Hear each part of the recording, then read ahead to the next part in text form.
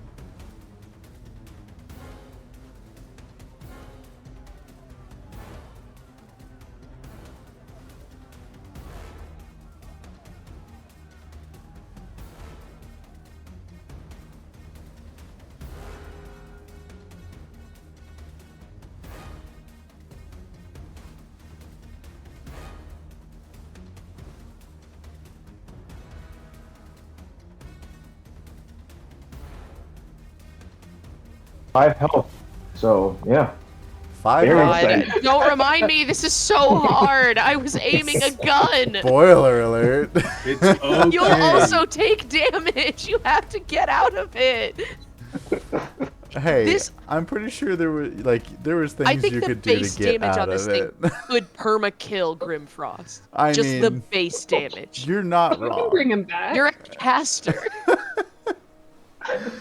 Oh man. Hello everyone.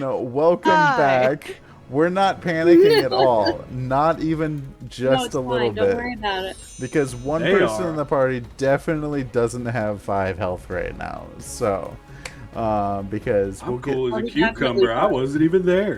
get to that recap back in a minute. Yeah, it's fine.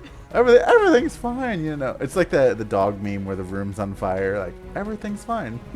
Yeah, this is This is fine. fine. I'm fine. Welcome back, Everything everyone. that's currently occurring is It has been a minute and a half since we have been here because between streams and weddings and conventions and just traveling, vacations, all of it all together. I saw it on TikTok the best. The worst villain of D&D is scheduling. So true. that's the BBEG, guys. You're gonna fight the scheduling monster, so brace yourself. Anywho, I missed you guys, and I'm excited that we get back into some D&D action. Yeah. Just in case we have some new people around, a reminder, well, new and old, we encourage clips of all kinds, fan art of all kinds. Share with us your favorite moments of anything that's happening, and we will enjoy it all together as a community. But let's do a quick introduction of everyone that is playing, their character's name, and if your character was getting married, what would their primary color be? We will start with Ty, since you're in my top left. Yeah. Well, probably, I guess to start, hi, I'm Cheesecake Panda, or like Rob said, Ty. Hi, I play. cheese. Hi. Crash and I are not in the same place, and we're not a tiny cowboy and Roman soldier this week. Regrettably. That was perfection. Perfect. Oh, thank you. That was very fun. last week. The Tucker did find an inflatable T-Rex costume that was a skeleton. So there may be a Night at the Museum Round group two. costume in our future. I hope so. round 2. So, but yeah, I play Binx. She's a teeny tiny little squirrel. Not a squirrel person, an actual squirrel. She's a rogue. She has a body count. And because of that, if she was getting married, her wedding color would be red so that it can cover the blood. For a red wedding, Okay. you're saying? Yeah. Okay. If one could say. It would go just about as well. It would go just about as well as the well-known red wedding. That sounds like a pretty normal squirrel wedding. Not that I've been Yeah. to many, but Yeah. But the ones that you have gone to, yeah, pretty awful. Crash. I don't know why I keep going. Go ahead and give us an introduction. Hi, Hi. I'm Crash Kenny Cosplay, and I like costumes. I labeled myself. It's pretty convenient for you. I also like drawing, and I really like hot tea. And I play Portia, who's a tiefling artificer, and her wedding colors would be red and blue, because she's in the Izzet League, and that seems about right. Nice. Gotta have those stripes. Right? Larissa. Hi, I am Larissa Page Cosplay, and I play Aylin Larissa, who is an astral elf bard. And I don't know what Aylin's wedding colors would be. I didn't have wedding colors at my own wedding. You can so- say hollow. I think she would have a holographic, like, Yeah, cellophane everywhere. probably like Iridescent. silver and navy blue, very like deep Very space. spacey, Ooh, yeah. Okay. Yeah. I dig it. Like I didn't give it much thought in real life, so If there's one thing that I'm good for, it's throwing you off at some point. So, Mike, what you got? Oh, what's going on, everybody? It's your boy, Mad Dog Mike. I play everybody's favorite dwarf fighter, writer. I've gone over this so many times and slammed those three words together and realized that could be taken out of context. Yeah, go ahead. Say it a few times in your head. What? Common Rider, but weird. I think like gunmetal, like a metallic gray, something very smithy would be the wedding colors for Ryder. He's a dwarf. It's either that and like red because there's gonna be a fight.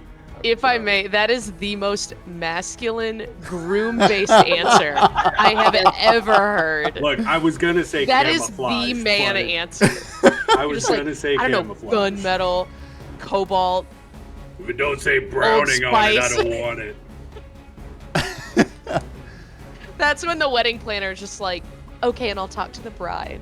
No, but can my tux hide my dip can? That's all I'm worried about.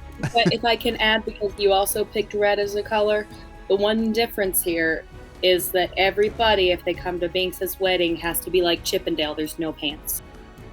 Got it. Straight Winnie the Pooh. That is in it. All my right. absolute goal, yes. No pants. Could you imagine like a pajama wedding? That'd be so fun. Great. Pajama wedding. Can we just have a pajama wedding? We don't have to get like actually married. I just want to see that happen. Just do I'm it. down. Yeah. Yeah. Are you asking me if we're... Yeah, do you want Sure. marriage Okay, proposal? coworkers? Would you like to get married for the bit? Yeah. I am committing to bits you could not possibly understand. Fair. Well, Misty Mountain friends, you saw it here first. Misty Mountain's first live proposal. There you go. Yeah. And it's having still a better wedding. than Stay- any con proposal you've ever Which is seen. Stay really weird tuned for the because it's pajama coming from wedding. My twin daughter. It's coming from my twin daughter, but I'll accept it. Yeah. Papa Bear, what's up? Hey, so, It's very quiet the whole time, and then it's just like, "Hi, I'm here. Hi. What's up?" so I'm Papa Bear. I play the human sorcerer Grimforst, who has died and been resurrected, and I'm about to die again. So we'll see how that goes. Spoiler alert. I feel like I just now realized that you were human. I don't know what I thought race you've been this entire time. But I didn't Yeah, realize he's just that a you were just dude. human. Remember that thing Mike told us about remembering vital points of information? My notes don't go very well. So the homework I try is to going to pay be to go attention back and and take rewatch notes. episode 1. Yeah. And what would Grimfrost's wedding colors be? The primary. I would probably do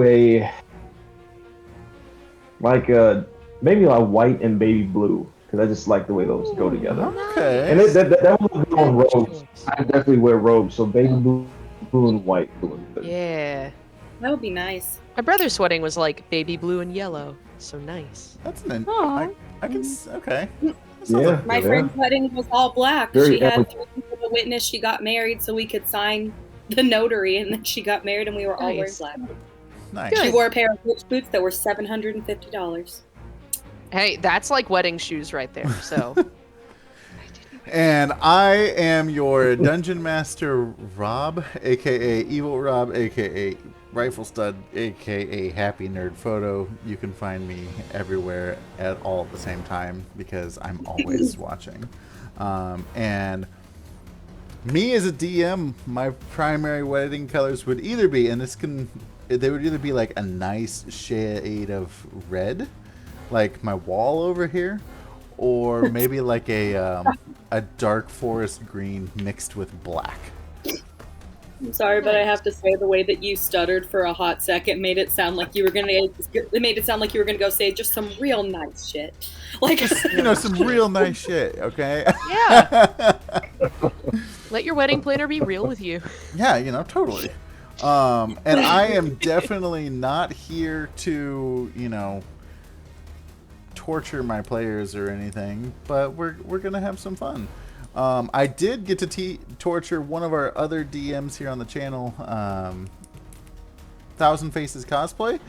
All of his players were at the Ren Fair with me a couple weeks ago. Ayo. And I took a selfie and I was like, oh, you think you're playing D&D tonight? Joke's on you, I kidnapped all of your players. So that was fun. But what do you say we now that it's, you know, 17 after, because I'm slow at moving camera frames. Like we do. Crash. Yeah. Give us a recap of like a month ago. Okay, so we ended up getting a ship. It's called a Shrike model, and that's pretty cool. It's like a weird little hummingbird.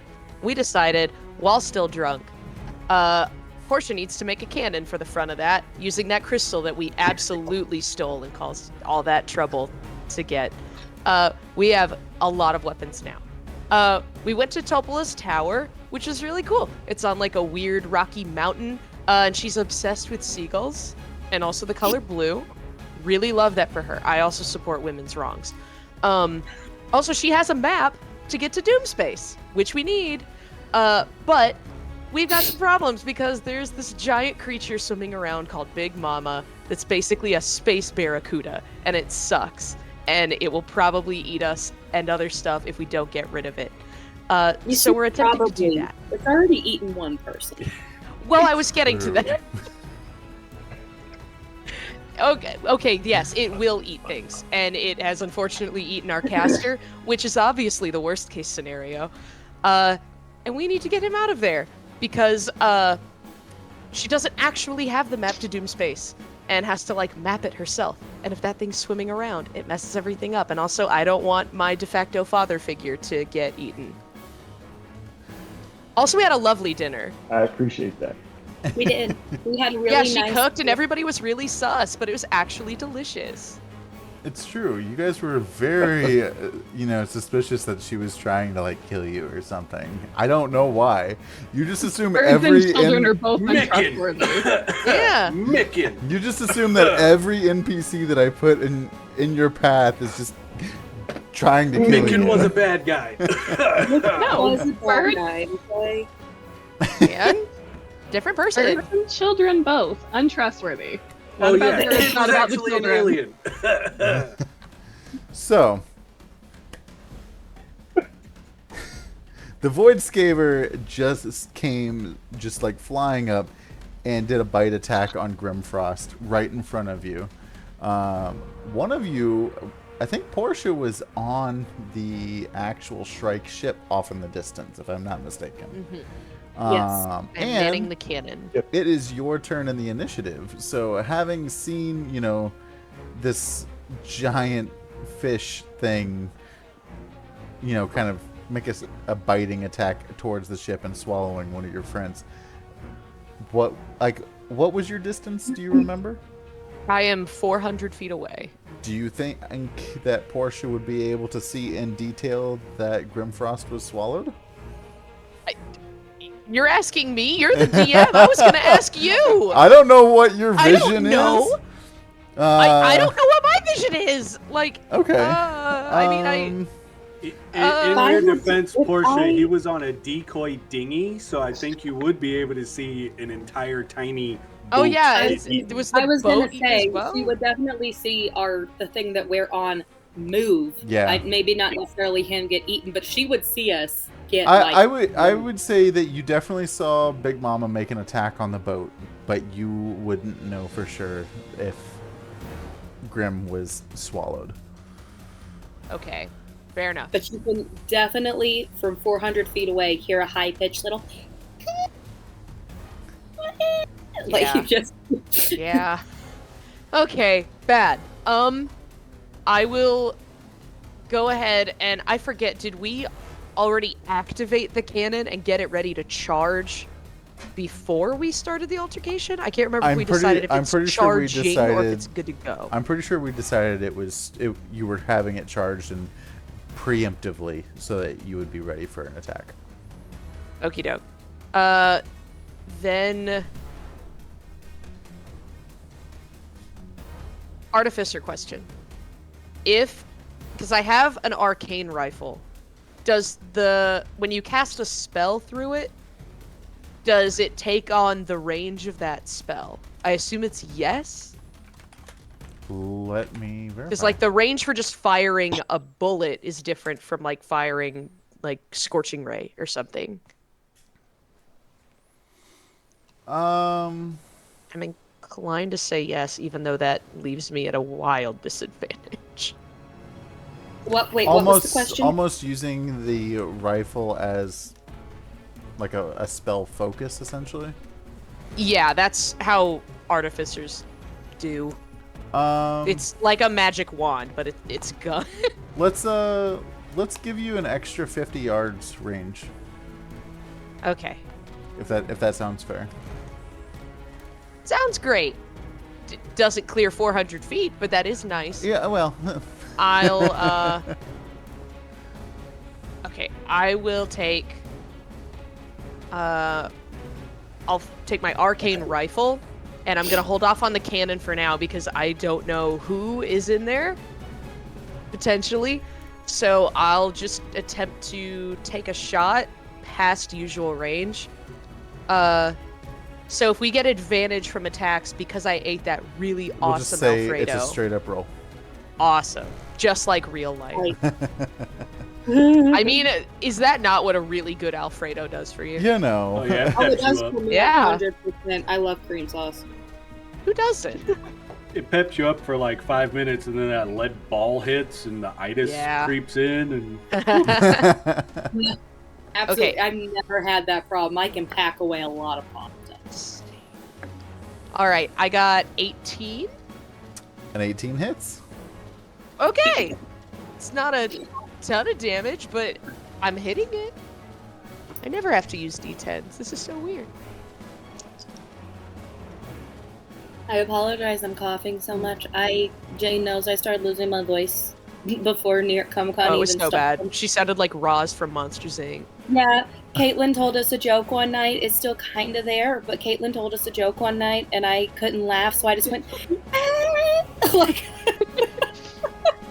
Okay, that was 14 points of damage, by the way. 14. All right. Of piercing. At one point, Crash goes, "I can't wait until you can do Roz from Monsters Inc." And I turned to her and went, "I already can't." It was a good time. Okay. Yeah, my cannons can't fly. Okay, that's gonna have to be all I can do, because I gotta get closer. Okay. No. Let's Yikes. see. What does Mr. Chris have the ability to do? I forgot he was with us. I'm gonna be 100%. Oh yeah. Hi. He's on Yay! Hi, buoy with us, Crux. though, right? What's that? He's on the buoy with us, though, right? Yes. This is being dumb.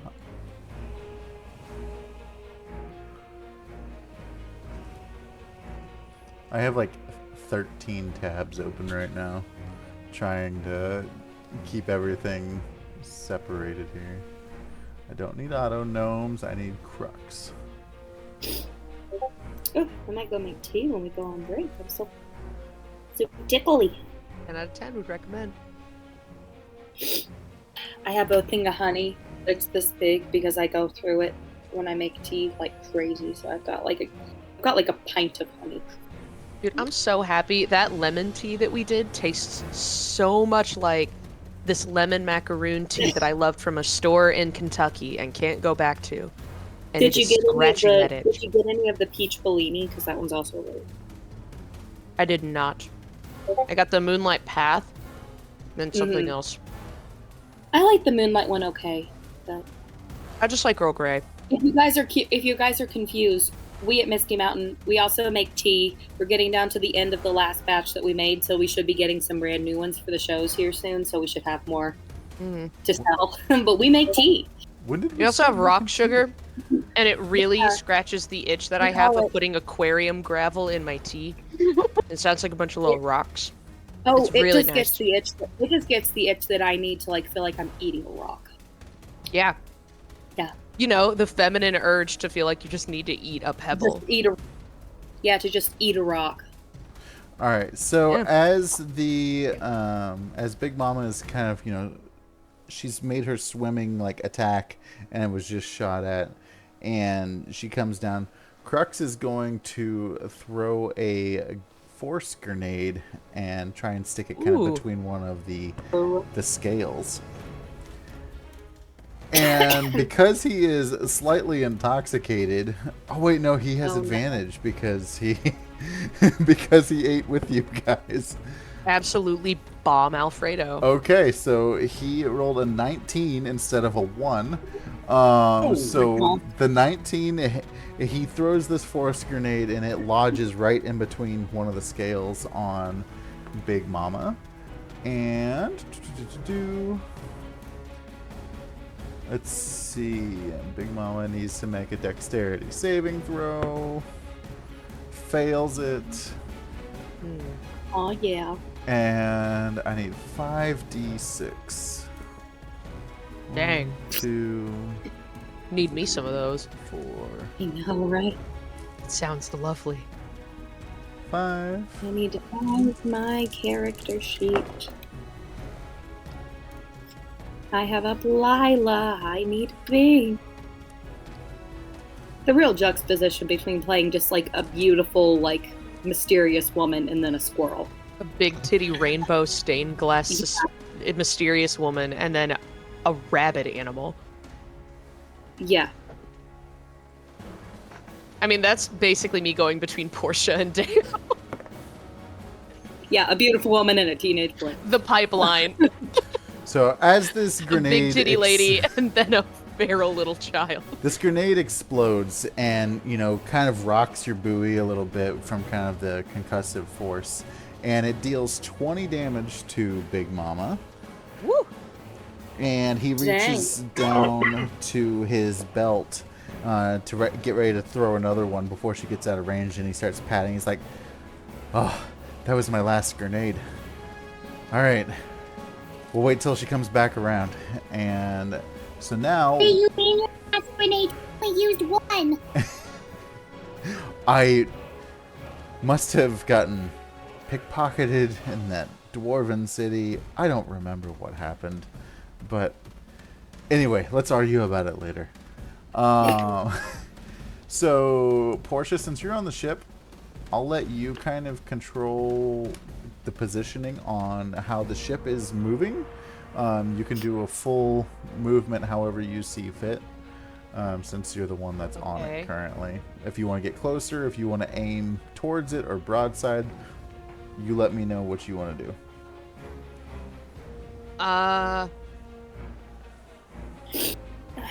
Yeah, I guess for now I'll go back to the helm and I'll try to steer it to keep like the crosshair in line with Big Mama for if I ever see a good chance to strike it. So Alara is in the spelljamming helm. So that's right. You don't even have to run I'm back. not in the dinghy. I'm in the big one. Yeah, you can just kind of give verbal commands and kind of explain what that looks like. Okay. Because you don't really have a full, you don't have a crew on the ship yet. It's basically just the two of you. You are correct. I do not. Okay, yeah. We don't think things through. Could she hear me from like where we set up the console for the cannon? Roll for performance. Okay, that's a new one. Yeah, sure, why not? It's the worst that could happen. Oh, that's not very good. 8. So what are you saying? Like, how are you telling her to? What are you communicating, rather? I'm just shouting at the top of my lungs, like, I'll need you to steer directly from your 12 to your 3. Keep eyes on this thing as far as you can. Unfortunately, she did not hear you. Oh, great. And the ship just keeps going in a straight direction. Oh, God, of what okay. it was doing. So, Oh, great. Go ahead and mark your distance of a full speed move. And that. How far does that go? Crash? Do we know how many? Yeah, we don't have movement speed on my my sheet here, Rob. Do you not? Okay. I can look it up. You do your thing. I assume it's far enough, but I can pull it up real quick. Let's see here. Adventures in Space. Adventurer's Guide. It was a Shrike, yeah? Yep. Shrike ship. 70 feet. ooh, okay. Okay, not bad. So I'm at 330. That does help me a lot, actually. Cool. So as the ship is moving forward, Ryder, how are you coming into the fray?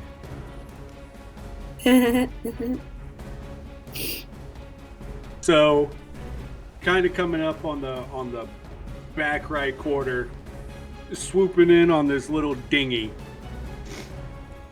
I come in, kind of hit the back end, throw a rope to tie on. I hop over the rail, and I'm kind of looking. I see Portia over by the console, and not even moving from my spot. I just scream, A, we're gonna talk about you guys leaving me behind.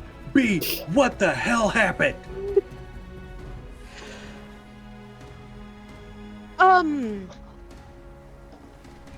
A lot is currently happening. We have a cannon now. Is that not wonderful?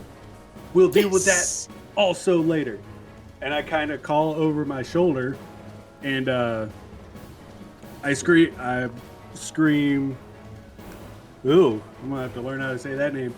Drolith, Hilda, get up here. We need help. And Who? on the other, right behind me on the other side, come a Gith named Hilda, and a Githyanki Astromonk, whose name I just had up but lost again. Drolith, come up behind me. I'm gonna point to Drolith, or I'm gonna like motion at Drolith to go up by Portia and go help her out. Hilda, be my go-between between me and the help. Hi. And then getting up closer to Portia, go, what do we need to do? I think someone is inside the creature, but I can't fire the cannon. This would eviscerate the creature, but whoever's inside would also. But from here, I don't know what to do. I don't know how to get it out and stay at a distance. Okay, where's everybody else? So, the original plan was to take a skiff out much farther into the astral sea and bait the creature to come out, and then I would fire the cannon and it would kill it. But it got to the skiff before I could fire. So now everything is sort of out the window. It's going very poorly. Okay, cool. I just kind of turn back over my shoulder, and you using Hilda as my go-between, I yell at her, Alara, give me everything you can. And then back to Portia, just yell back where we need to turn the ship. She's too far to be able to hear us from up here. Okay. All right. Go ahead and roll initiative so I can get you into the mix. Who are these people? These are two. 19. These are two Iron Rat friends because I said I was leaving to get people and provisions. It's kind of funny because I showed up and had to figure out why everybody was pissed at me because of a bar fight that, I mean, I was in an arena fighting a god, so I don't know how I got into a bar fight. So once I got that figured out, smooth things over with them, I picked up, just real quick so we could get back into the fight, Hilda Heavy Haul Hornsby is a light gray GIF that the crew, she helps us loot ships. When she rolls a nat 20 on it, she gets, it bumps the rarity of the loot. And then Drolith, the Astral Monk, she's a Githyanki, but also is a healer.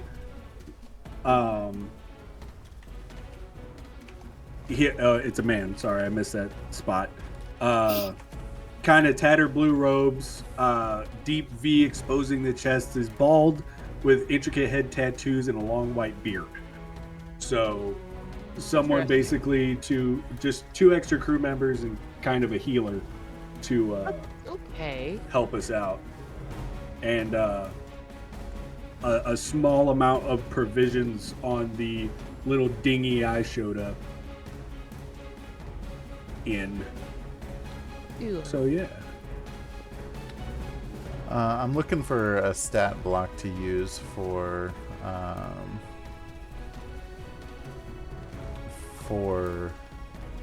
the Githyanki.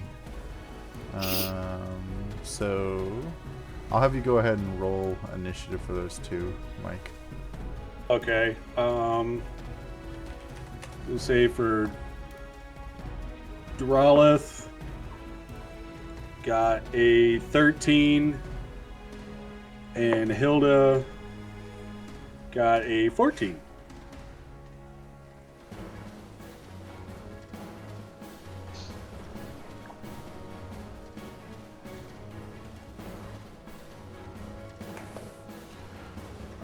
So Hilda is going to use a veteran stat block, and the monk will use this stat block. I just sent it to you. So you are at the top of the order, Ryder. So what would you like to do?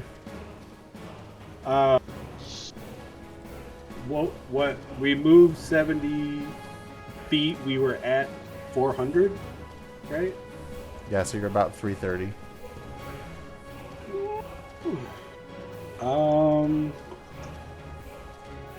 I don't have anything that can go that far. Fighter actions, yay.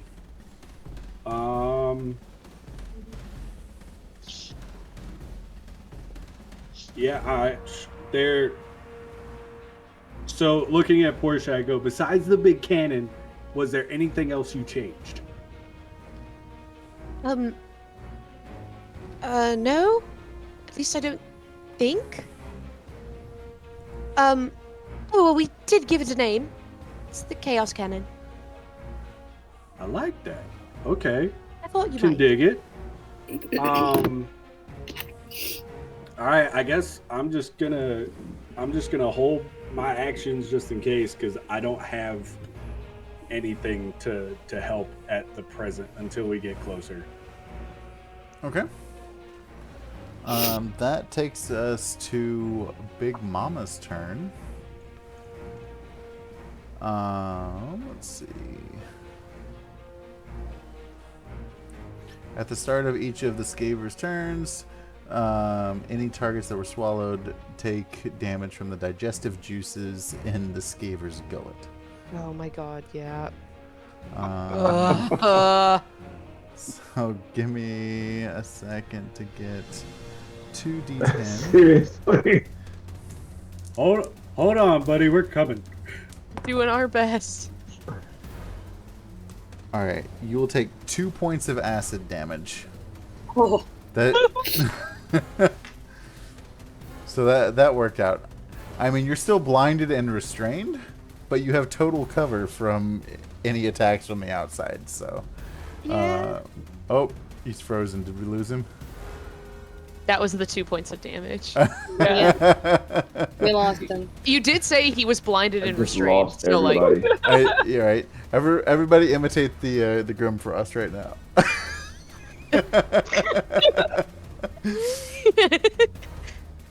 Okay, so the Skaver's going to kind of swim out away from the little the dinghy and make a big kind of turn back. And as it kind of swings back in, it is going to do another swallowing bite on the ship itself. Do you guys remember what number 1 through 4 that you guys were assigned? No. Other than the Grimfrost was 1, I remember that. We each weirdly were Yeah, I like, was 1. yeah. Okay, so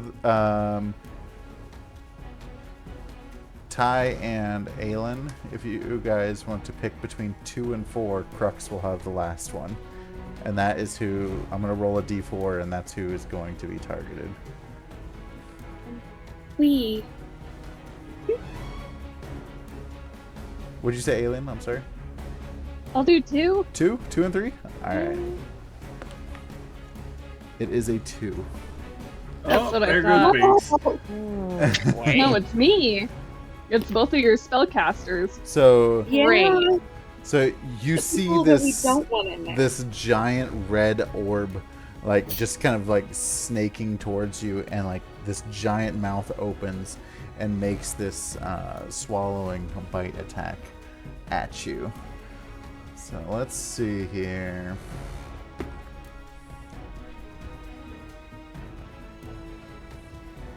Does a 14 hit? Yes. Okay.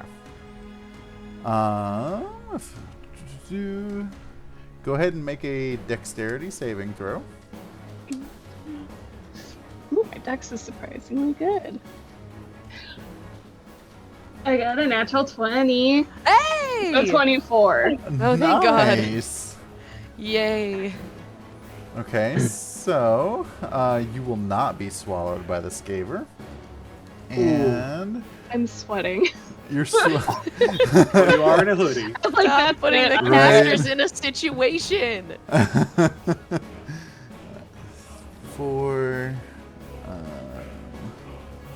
5, and 6. This seems excessive.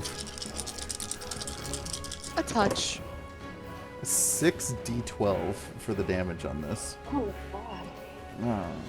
That could kill me. Well, we're gonna try not to. All right, so that is 22, 32 points of piercing damage. Okay.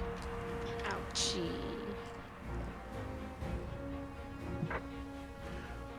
All right, Ryder. What's Hilda doing? Hilda is going to, because now that we are within 400 feet, she's gonna call up in her ways to go, permission to fire. I'm scream back, let it all go. She will draw her heavy crossbow, which has a 1 to 400 foot range, or 100 to 400 foot range. And we're gonna use this heavy one for Hilda.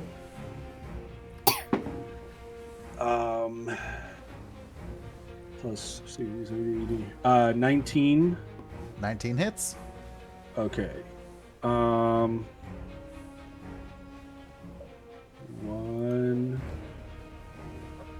Ball. Second.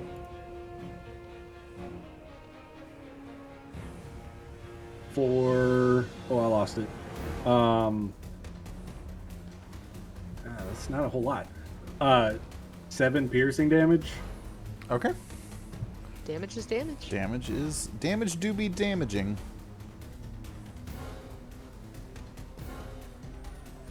All right.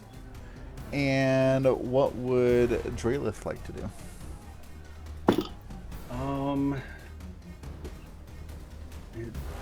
Drayless like me doesn't have any distance. At least there's no spells on this stat card you sent me, so... It looks like you have Mage Hand, Featherfall, Jump, See Invisibility, and Shield. Which is all great when we try to do damage on something far away. We'll come up with a healing spell to throw in there as well. Draylith is just is basically standing by, waiting for Portia to tell him what to do to help out. So we'll ready his action as well. Okay. Grimfrost, you are blinded and restrained inside the belly of this beast. What would you like to do? As a reminder, if you are able to do 25 damage in a single turn, you can be regurgitated. God. 25 damage. Okay. So I can still do magic restrained, right? I believe so. Let's see. A restrained creature's speed becomes 0 and can't benefit from any bonuses to its speed. Attack rolls against the creature have advantage, or attack rolls against you would have advantage. Creature's attack rolls, so you have disadvantage on attack, and you have disadvantage on dexterity saving throws. Being blinded, you can't see, and you automatically fail any ability checks that require sight. And attack rolls against creature have advantage. Oh, because you can't see them coming. And so yeah, you have basically just have disadvantage on your attacks. And things attacking you would have advantage. Uh-oh, did we lose him again? No. Hold on. Hold on. Rewind it back. So, I am going to... Oh, can you hear me? Yep, you're good. Can you hear me? Okay. Yes. I don't know, I've just been going in and out this whole time. Okay, so, what I'm going to do... I'm going to try to do the 25 damage. So I'm going to aim right at the mouth, right at the front of this thing, and shoot it with a Chaos Bolt right behind its teeth. Okay. That's a disadvantage here.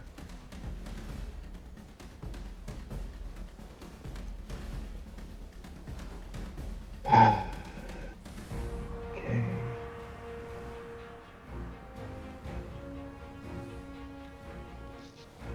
On. All right.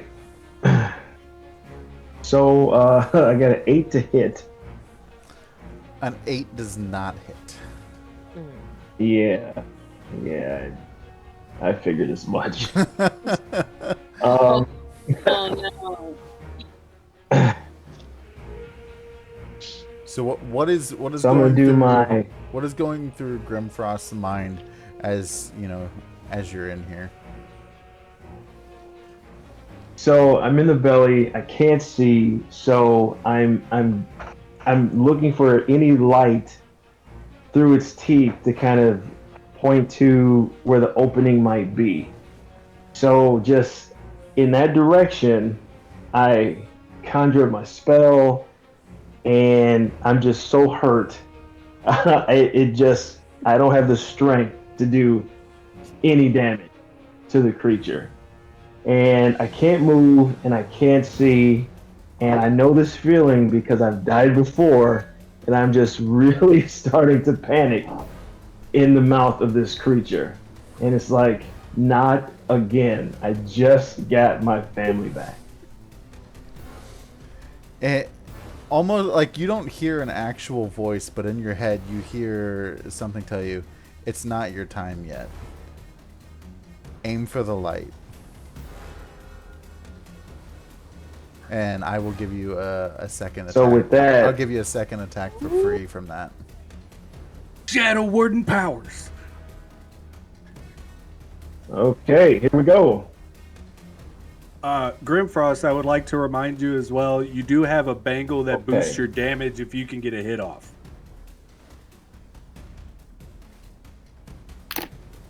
Is he frozen again? Okay. Am I frozen again? You're back. No, you're all back. good now. Okay, good. Okay. Building the suspense. Okay. All right. So with those words, my confidence builds up. I'm feeling pretty good. I'm blind, but I can peer enough to see a glimmer of light through the blindness. So I have enough energy to conjure up one more attack again. Let's see if I can get this to go here. Okay. Disadvantage.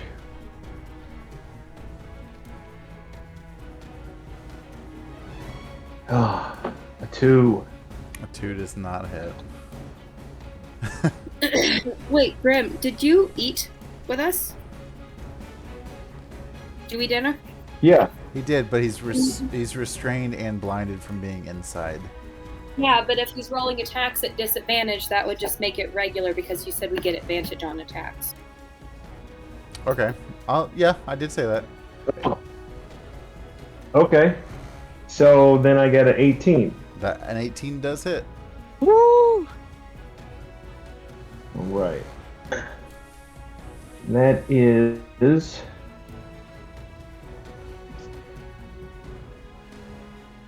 an 11 damage. Well, hold on.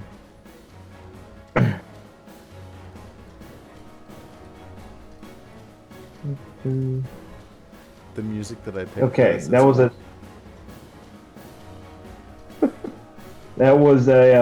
a 21 damage. Oh. Close. So that's short, yeah. Still good though. Yeah, so all right, so rewind. I remember I had this great meal and with my crew, and that just lifted my spirits because I'm feeling really down, and I muster up again enough energy for another attack. I aim at the little glimmer of light, and I actually am able to get the attack off, and I know for sure I hit the creature because I hear it grumbling as I shoot my attack. Perfect. Did your first attack, what was the roll on that? Ooh, Because I know one of them was a 12. I don't remember the other one. That's right, because that was only one attack. I don't remember. Give it a reroll?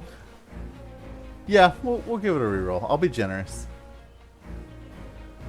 Thank you, sir. That's why you're the got best. to use that bangle, dude. Boost your damage. That's right. He didn't hear me when he froze.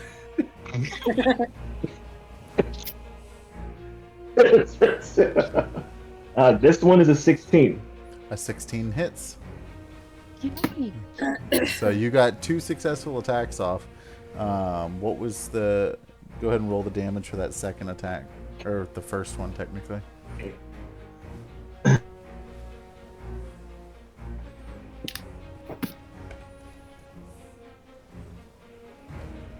Today's stream brought to you by math.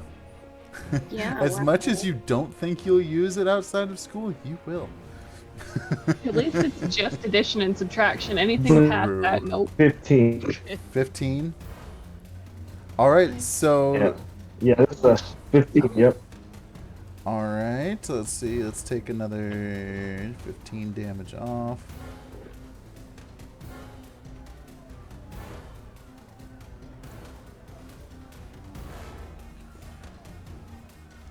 And as you get this second attack off, you hear the Big Mama start to grumble and groan a little bit, and like almost like starts like baby birding, regurgitating, and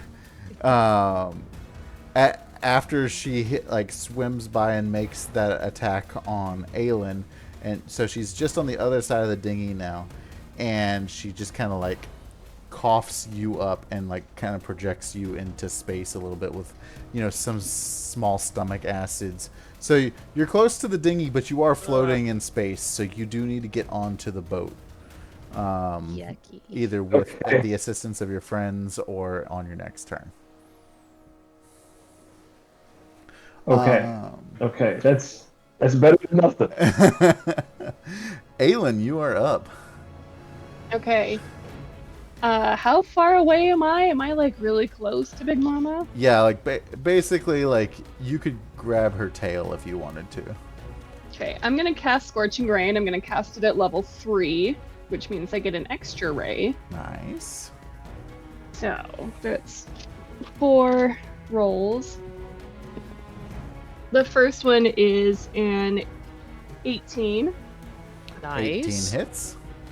The second one is a... that's a 9 plus 8, 17. 17 hits. Oh no, it rolled away from me. That's an 18 plus my modifier would be 20 something. Definitely hits. And the last one is a 19 plus my modifier. Roll that damage. Hot dice, everybody. I hope so, because it's 2d6 damage on the rays. Oh. Is it per ray? I hope so. I think it is.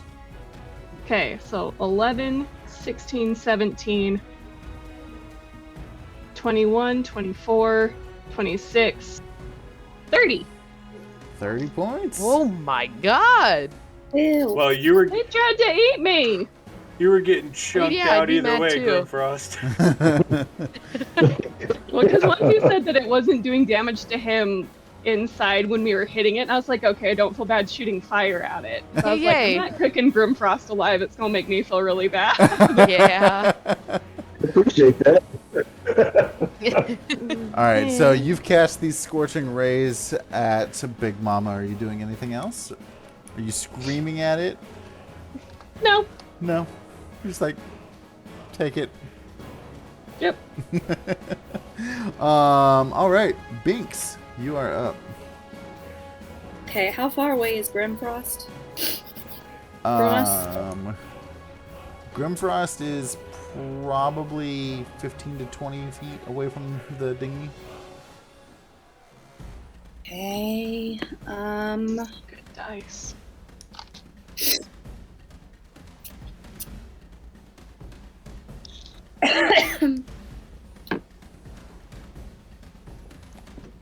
Well, my dumb butt didn't write, the names in order that they would go. It wrote the names and then put the number next to each of you.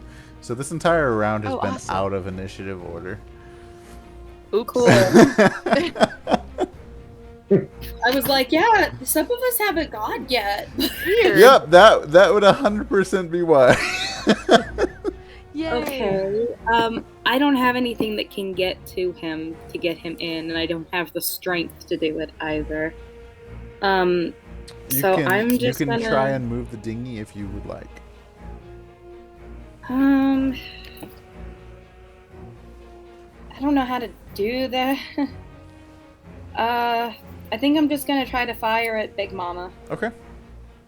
with let's do a chromatic orb, and I'm gonna do fire on her. Phew. Choo-choo. And Grim, we will say, I just rolled a d6 to see how much air that you have currently. You have about 4 minutes worth of air. Ooh! That's a good number. I rolled a 19 plus 5, That so it's hits. 24. Give it Yay. to me. Give it to Yay. her. Let me get out all my fancy D8s. Noise. I don't know if it's quite picking up over the audio, but I am still kind of like a little hoarse So Yeah, a little bit. That's fine. yeah. That is not as great as I wanted, but that's okay.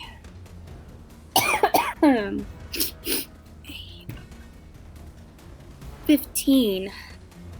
15 points of damage. All right. Yeah. And All she's right. gonna like puff her tail up, and she's gonna kind of arch like a weird cat and start like, like roaming around, like doing like the puffed up raccoon thing. She's just trying to be intimidating. Good. It's working. Portia, you are up. Yay! How far is Grimfrost from the monster again? The monster is basically like right over top of him. Oh, great. Okay. Buddy, I need you to move so bad. What can I do for that? No. Okay, yeah, still can't do much. I'll keep the cannon charged. And I'll look to Ryder. We have got to get Grimfrost out of the splash zone. If this thing detonates, he's going to get eviscerated. How big is the splash zone? Large. Very large. It's a bomb. How? Okay. Okay.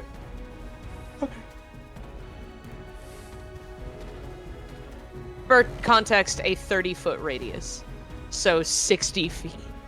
Ooh, yeah. She's a big girl. Yeah, that would also hit the dinghy as A well. little bit, yeah. So Yeah. we really thought this through. Hey, it's working great so far. You could do a chaos Anyway. beam. I mean, yeah, I could.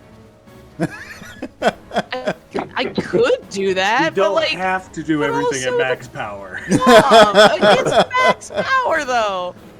It's Less chaos Death Star, overload. more phaser. It seems awesome. Okay, you know what?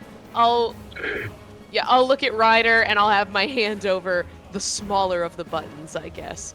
I'll just be like,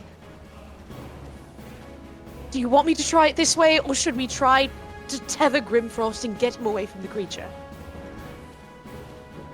DM, how far away was that dinghy from us? A lot further. Yeah, it's like 340. Okay, 300. Next move will only be 200 away. Okay. But then, for Portia, any closer and I will be at disadvantage. And if this misses, that's even worse.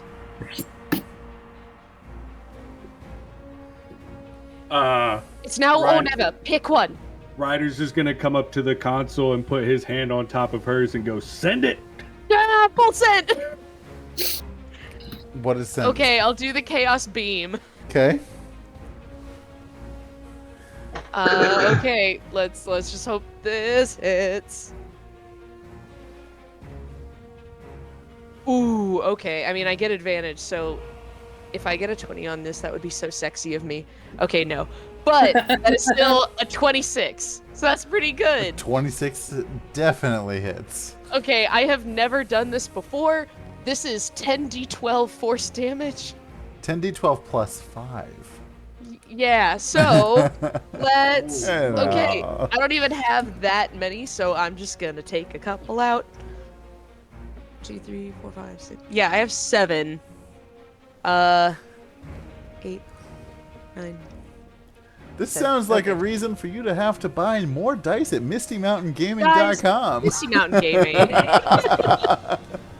We offer a lifetime warranty on all of our dice products, so if you happen to be rolling 10d12 at a time, but you have stone dice in there, you don't have to worry about them chipping. Just worry about the insane damage you're about to inflict on probably not your friends. Oh my god, 3 of those are 11.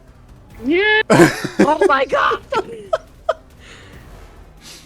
So you remember that Chaos scene in voltage Jaws destroyed. when the oxygen tank detonated? Yeah. 4 of them are 11. My bad. Size 44. And one of them is a 12. Bit, Oh bit. my god, it's 82 points of force damage. Okay. So, since this was your turn, and considering the beast had 31 health left, what does it look like as this chaos beam? How do you want to do it? Okay, Is this the thing with the 30-foot radius? No. no, No. that would be chaos overload. Don't worry, that's coming. But I'll say I can't remember the exact movie it's from. I watch a lot of space movies. But it'll glow with that same like kind of sinister purple of the crystal, and all the little concentric rings of the Tesla coil will light up and do that little like woo, woo, woo, woo, woo. And it'll fire a thin little beam that basically goes right through the creature and just kind of stops and fades out for a moment, but does like that little anime movie thing where it's like those little explosions start to ripple out from inside of it, doing that little like boom, boom, boom, boom, until it blows up completely. All right. So it's like very quiet and delayed until it's not. And with that very visceral scene, you have defeated Big Mama and covered not only Grimfrost, but the dinghy and everyone else in the dinghy in the blood and guts of this Voidscaper. Not our dinghy, don't have to worry. The rest of you just hear Binx loudly go, I'm in the splash zone. Good thing we have luxury amenities on our ship, and definitely a bathtub. Yay! Yeah, Portia's got her big like black glass goggles on, and she's still like over or like under your hand, and she'll just look at you like, That wasn't the bomb one, but it exploded. it sure wasn't the bomb one. Ryder just kind of falls. Pure excitement. Portia just starts screaming. All right, so now that we're out of initiative, you guys are covered in gore from the beast. Grimfrost is, floating in space, covered in the guts. He is vibing. Quickly running out of air to breathe. So what are you guys doing? Who knows how to Oh drive? my god, we have to get him. Yeah, who knows how to drive this thing? you guys aren't there. You can't. I kind of sit up and I look over the railing and I can see, like, there's definitely a body that isn't a squirrel or an elf.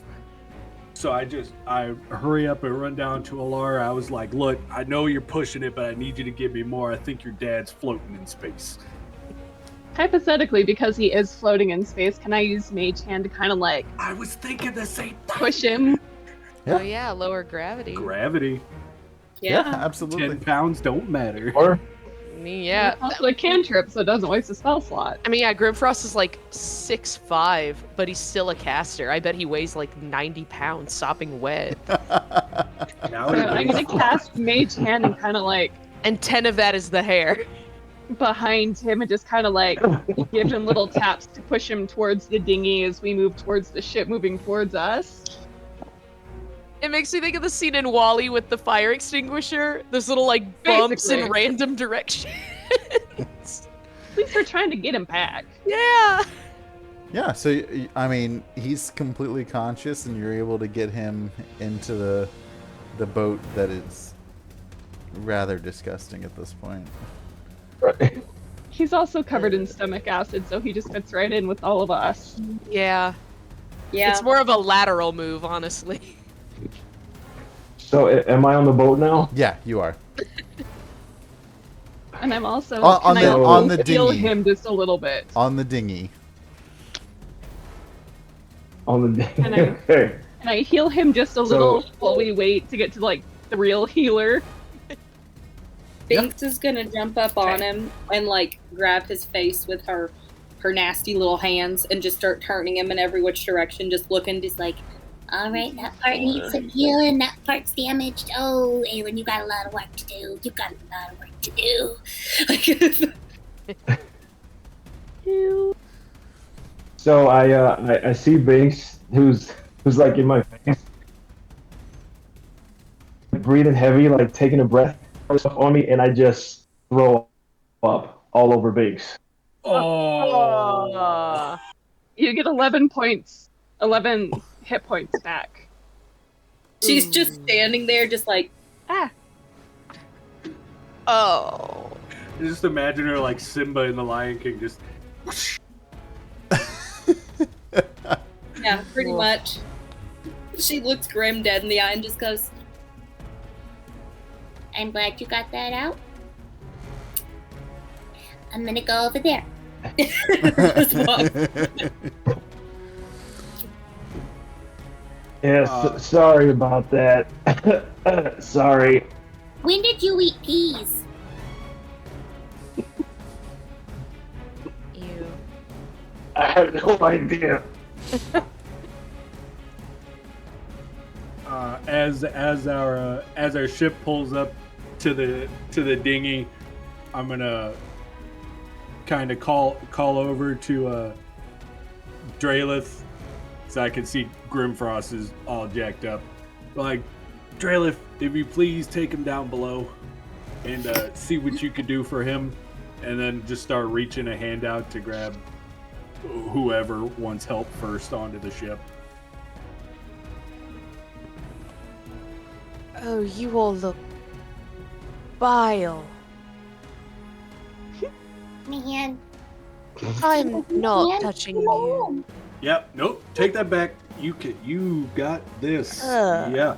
Huh? well, I need Can't do help it. getting up. Nope. But I Can't. need help getting up. But I need help getting up. Portia, they I'll say. just scoop you up and take I've you got- with me because I'm fine. nasty too. I have rubber gloves on, so I'll lean down and I'll get her hand. Pick her up by the tail.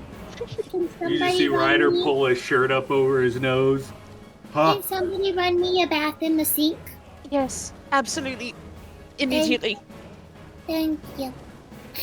And then she just sits down right where she is and just wait until the bath is run. And literally, like, it needs to be in the sink because the bathtub is too deep. for her. I'll turn on the sink. Yeah, you can have the sink as a treat.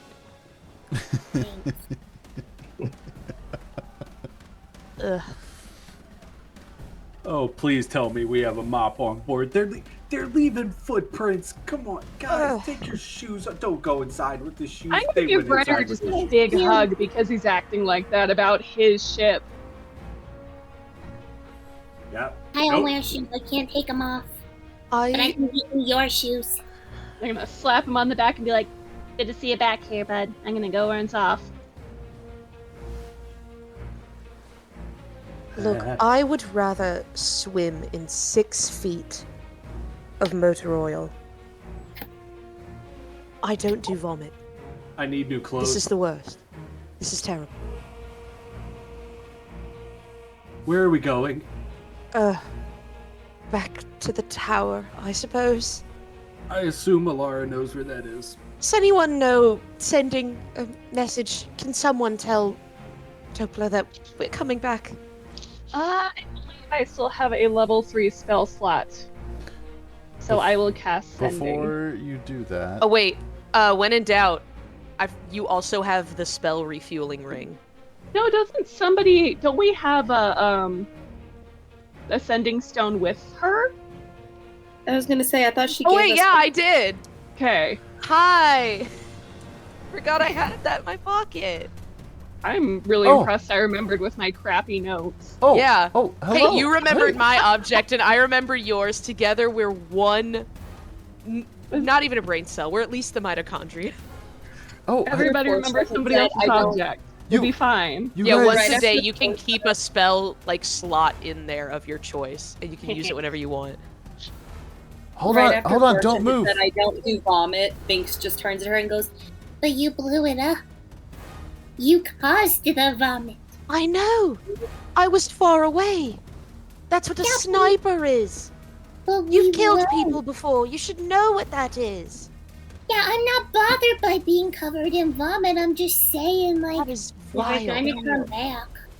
It's a good thing the people in the dinghy were the people in the dinghy, and the people on the boat were the people on the boat, because it sounds like Yeah. half of us are bothered Yeah. and half of us aren't. Oh, I can Don't handle move. filth. It's just, hello, hello. Can you all hear Oh. me? Yes. Topla, we've dispatched Big Mama, and we are on our way back. Oh, believe me, I saw. That was quite an impressive show of force you had there. Thank you. It's my own design. Ooh, you'll have to share share your secrets one day. Don't move. Perhaps. I am on my way to your ship right now. If you Okay, lovely. if you look off to the port side, I should be there here in just, a couple minutes. And as you look out there, you see Topola in her blue dress flying towards your ship. Just What the hell? she casted fly on herself. Wait, what about breathing? She's moving very quickly. Opal's Kryptonian. Fun fact. While we're waiting for her to get to the boat, Binx pulls out her own sending stone and goes, Hey, Rowan, guess what? I'm covered in vomit. It's not been a good day. that's it. Portia comes to pick up Binx very gingerly and take you to the sink. After a couple minutes, Topola lands on the deck of the ship and just kind of like being super excited, and then taking a look at like the footsteps of the gore.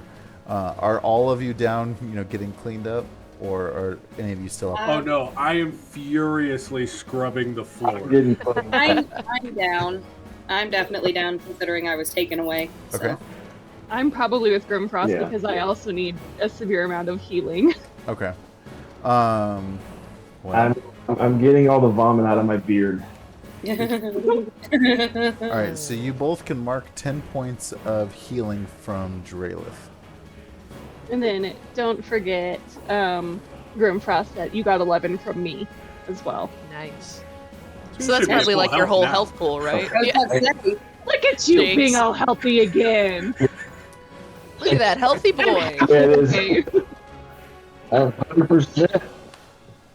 Well, this was Okay, Doing thank great. you. this is quite interesting. I saw the explosions, and it was quite impressive. Like as you said, Portia, please share that information.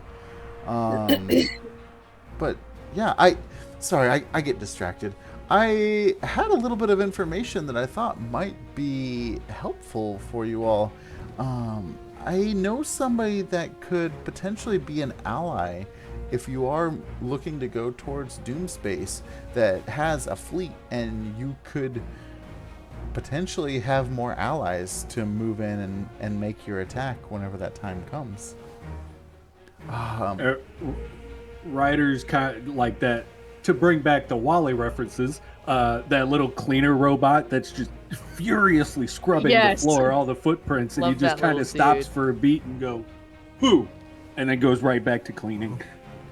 I don't want to say the P word, but he is a pirate. Grimzod Garganhale. Have you heard of Captain Garganhale? Have I heard that name? No. Person who's had family flying and fighting pirates and such? No, you wouldn't have heard of Garganhale.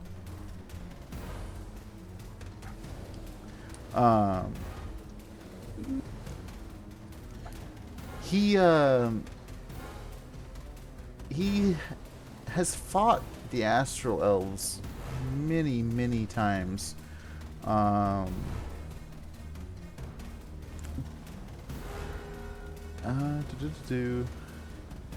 We kind of had like a small fling going at one time. It never really amounted to much, and it kind of wasn't a peaceful breakup.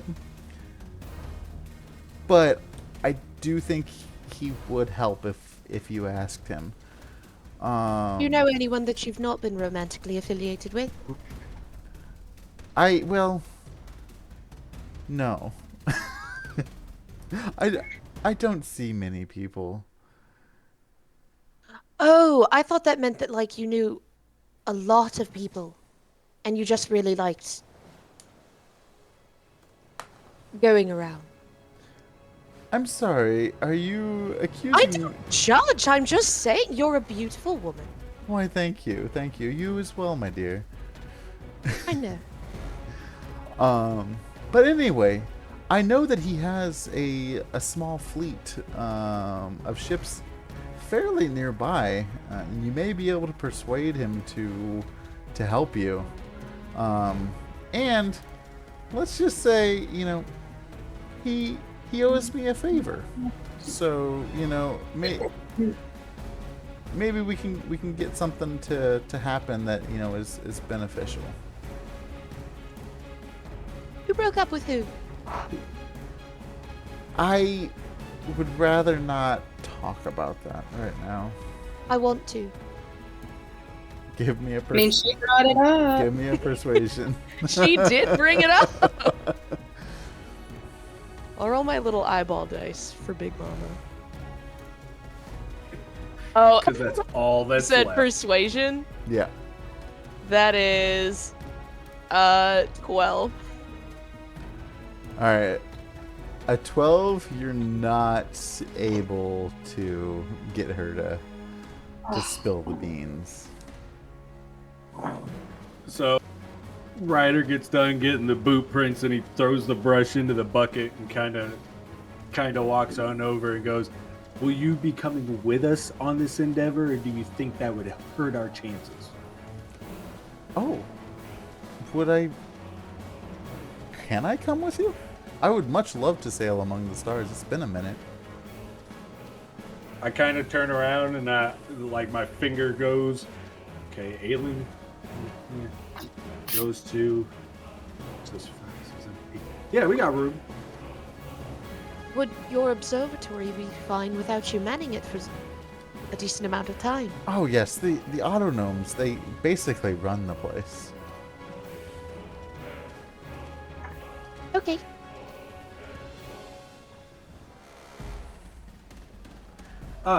Quick, just real quick. You know, no such thing as a free ride. How well do you cook?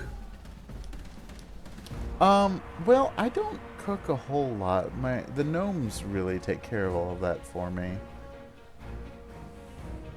All right, I guess you're getting a free ride. And I go in or over to the dinghy I came in, and I kind of wave Hilda over to try and pull what I brought, just little provisions to help in the little time I had.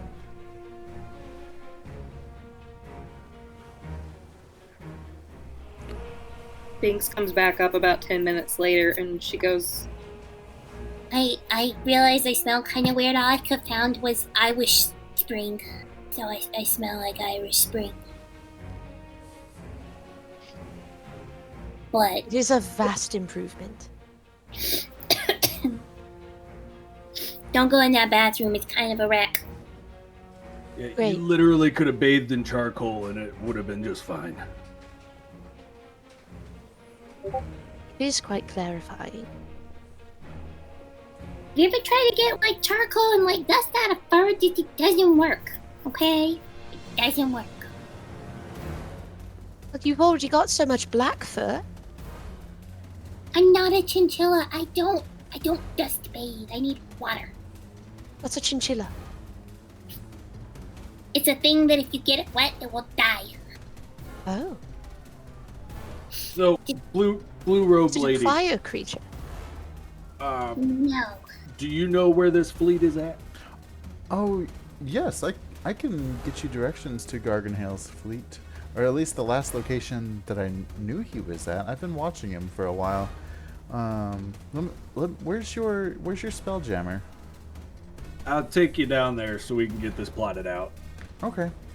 While on the way, you know, you might really look at getting a battering ram for this ship.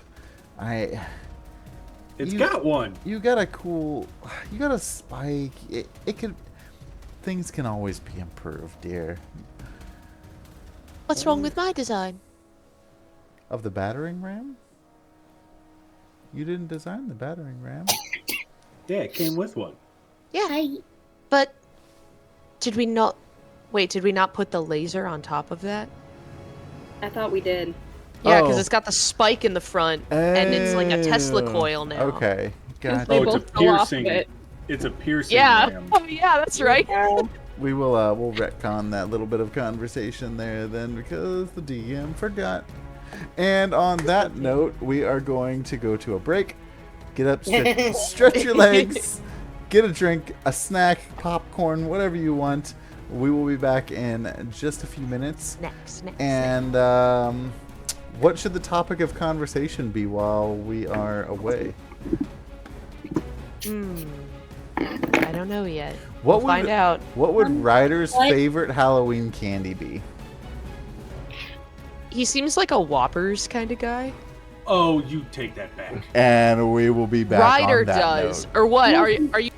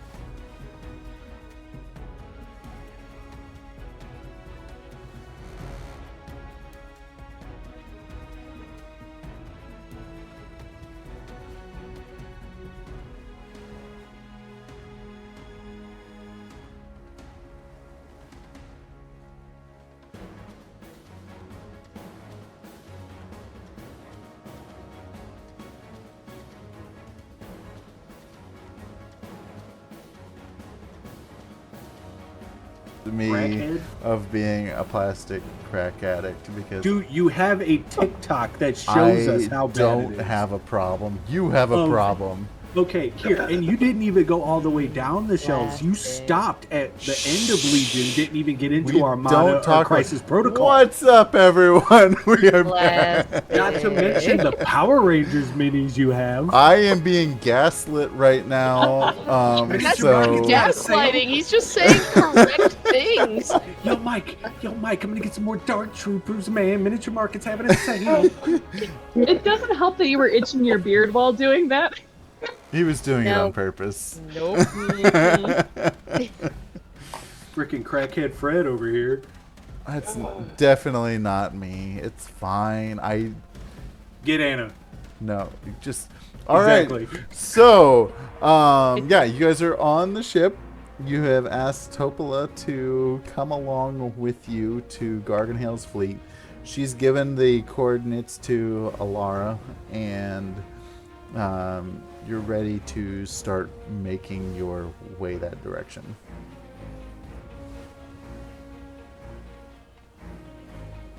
With the provisions set, I'm kind of sitting with Topola and Alara, and I'm trying to coach Alara into the ways of spell jamming and controlling a ship through the helm, since she's never done this. I mean, she's a powerful sorceress, but Give me a persuasion roll. persuasion. All right. Where's that at? Here that is. We're gonna crash this ship in T-minus 2 minutes. 15. Yeah. So, what are you saying to her to coach her? I'm kind of trying to remember back to, because I can't teach her how I was taught. You know, I had my dad teach me before all that, but I'm trying to remember to that class that Aylin and Binx and all of us had, and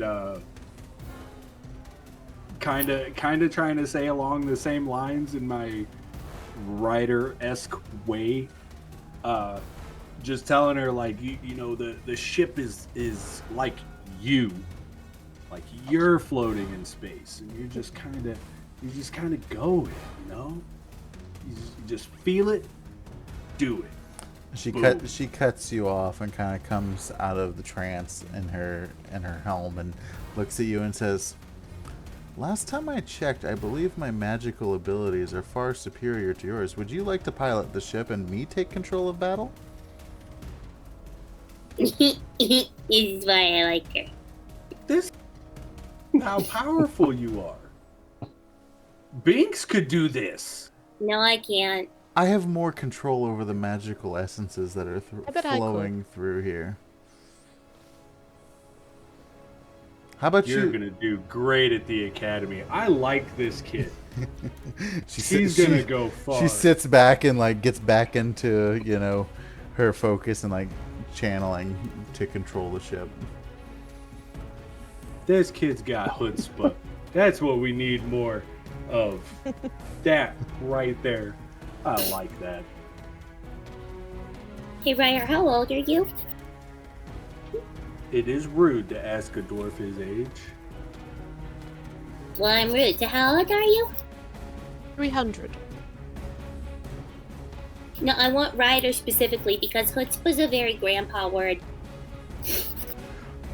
Hey Ty, can I, just to break up the game, can I have you not file when the microphone's on? I can turn it if Thank it wasn't you. lighting up for me. I'm sitting here trying not to throw up. That's an ick. Oh, Oh, I just had so many chills running down me. You're one of those people then, I guess. Like, the filing is like the That's worst Yeah. thing in weird the that you world. can It's hear it so now, though, bad. because I've literally done all but one finger. I've seen you doing it, but I haven't heard it. But I was hearing it now, and I was like, I think your mic just like auto-leveled and then Maybe. started picking up. Yeah, okay, You know what would be a great time to pick it up? Right now. right now. Yeah. okay, back to D&D. It's like 22, 23 range.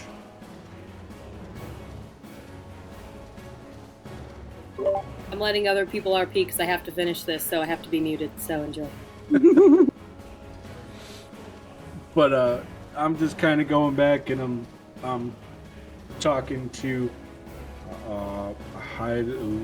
Hilda, and kind of go running down what we brought with us and general ship keeping things. Okay, so you guys have about about a 2 days journey worth of time. So, however you want to spend that on the ship. If you want to go directly to the fleet, if you want to go back to Casamoon, it's up to you at this point. We may as well go towards the fleet, right? Because now that Ryder's met up with us, he was the only reason we would need to go back. Yeah, let's go straight there. You can full send it.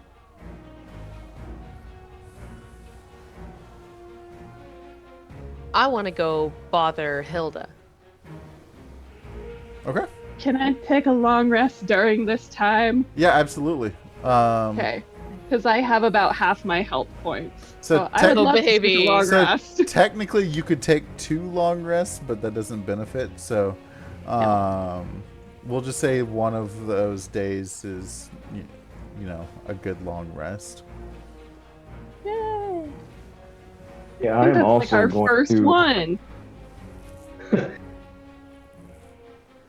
I'm also going to have one long rest. Okay. Yeah. I'm gonna bother Hilda before I rest. All right. What are you bothering Hilda with? If I walk up, like a few hours after all this, and like we're just sailing, what is she up to? She's chatting with Crux, just talking about, you know, GIF stories, talking about, you know, battles past, where they've served in the past, what experience they have, good meals that they've had, just kind of general chit chat. Also, are you saying GIF or GIF? GIF. GIF. What is a GIF? It's a hippo person. It's a hippo person. Oh, neato. Okay, that's different. Yeah, I'll send you. Because I heard Don't. GIF, and then you said GIF Yankee, and I was like, Well, you also said that have. twice. You do have a GIF. Crux is a Yankee. GIF, right? Yes. Don't call oh, him see, a I've been GIF. hearing GIF. Oh, I'm Oops. sorry. I didn't enunciate. Don't call them. It's their GIF, not GIF. They Maybe Like they maybe have peanut civil butter? wars. The reduced we fat just peanut butter? keep it easy for everybody to remember. Maybe we can just, if we're talking about a GIF Yankee, we say the whole thing GIF Yankee, and then Yeah. Yes. the Yeah, specific- yeah. Okay. Yeah, that's what it that looks helps like. so much. Oh, goodness gracious. I'm sorry. I didn't Okay. enunciate. No, better you're with that good. one. No, that's on me. I haven't seen GIF. I posted a picture. I mean, I've in seen the plenty of Spelljammer GIFs, chat but- for you all wanting to see. I think He's a that's fun just a boy. generic one, but They're so fun. They I are. love them. Okay. So I'll just walk up and I'll tap her on the shoulder. she kind of like lets out a snarl a little bit, like, did you make that cannon on the front? I did. That's quite an impressive piece of machinery. Oh, I thank you. That would have probably helped a lot in past wars. Is it a design of yours, or is it? Yes. Oh, I don't really have access to as much, like raw material and tools as I would back at home, but using what I've got, it seems to be working quite well. I saw what it did to that scaver, so I would love to see what it does against the ship. Oh, it will be splendid. that wasn't even full power. Oh. It can get startlingly worse. At least I'm hoping so. If it doesn't backfire. I think it should have enough fuel for some time. The crystal seems like self-restoring. I don't know, it's very strange. Well, you know, for all of our sakes on this ship, let's hope that it doesn't backfire, because I can foresee that being a little bit messy. Perhaps, yes. Anyway, is there something that I can help you with? Yes. Why are you here? Ryder came down to the hideout, and he was looking for volunteers. Well, paying. Which hideout? To the and she's looking around for Ryder. At that point, I kind of come out of the door, and I see everybody, and I'm kind of walking over, smiling and happy, and just kind of stand next to Portia and Crux and go, "So, what are we talking about?" Nothing. Hey, Ryder, can you come over here with me? Just over here. Okay, real quick. I want to see who can do the most push-ups. You're on. 1 second. That is so much like my niece. She'll just be like, "Can you come over here?" And you walk over there and nothing happens. And she's just like, "I just wanted you here with me." Oh. You're like, "Okay." And then we move on from there. Hilda, we haven't. I'm kind of bad at all this stuff. Getting used to it. Haven't actually introduced Portia. She's kind of like the sergeant at arms and in charge of weaponry on the ship. Okay, Portia, would you happen to need any assistance with your weaponry handling stuff? Not that I can think of. Doesn't really require much maintenance of any kind. Just provides its own energy. So, as long as it's not falling apart at the seams, there's really no way of telling if it's going to explode or not. Hilda and I go way back. If you happen to need any help, you give her a holler. She's pretty good at a lot of things. Are you an artillerist as well? I mean, I've been known to blow a couple things up. I'll take that. So, why are you here? Again? Oh, I still don't know why. Ryder here was, and she's looking at you for approval on if she's allowed to say. They know already, Hilda. They all kind of helped me get back here. They're family. Oh, in that case, you're paying me 100 gold a week to be here. What? Oh, are we now? I am. Okay. So, your friends? Do you also have history? Apparently that's a popular theme right now. Hey, this is what I do for work. Consider me kind of a mercenary. I mean, hiring someone for work is a mercenary, so yes, I could consider you one. Exactly. And as long as the gold keeps coming in, we'll keep blowing things up and having a good time.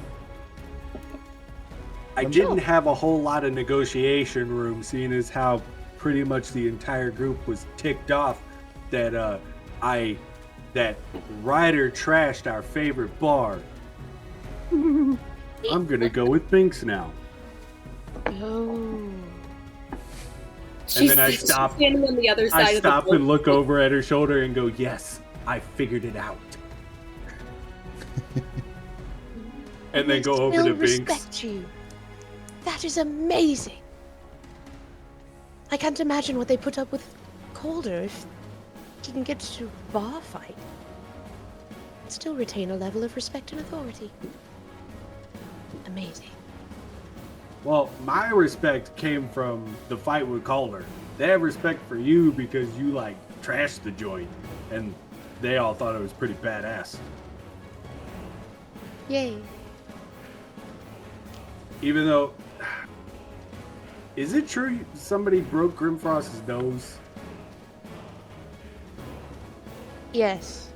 Because they didn't mention him except the funny white-haired guy who was bleeding a lot.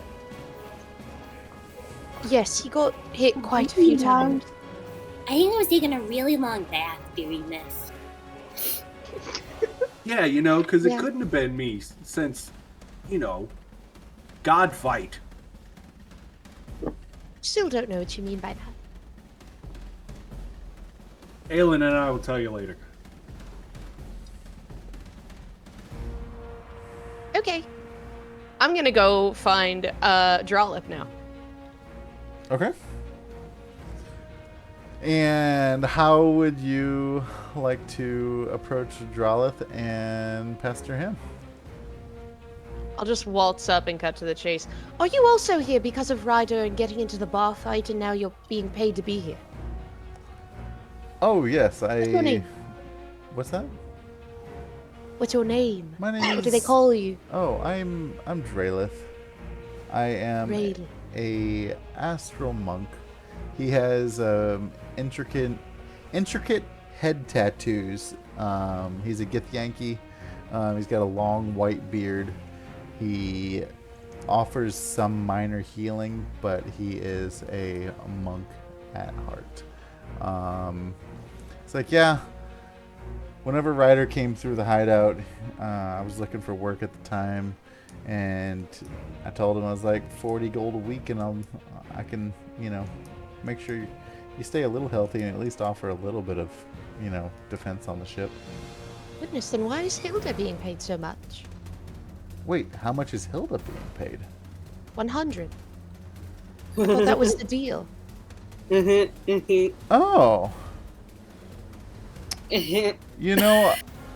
That might...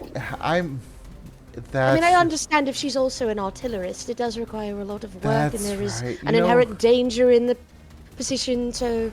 Ryder said he didn't have the full 100 at the time. I'll go square up with him here in a little bit. Make sure I get the rest of the payment. So then what do you do?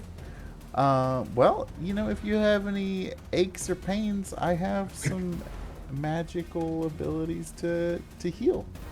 Doctor. As you saw, I took care of both the other tall bearded one and I didn't see a thing. I was busy bathing a rodent. Oh, well, you had two people that were covered in the most atrocious smelling gore that were definitely They didn't even have the worst of it. Not even they weren't in the best of shape. So I lent my healing abilities to make sure that they were okay.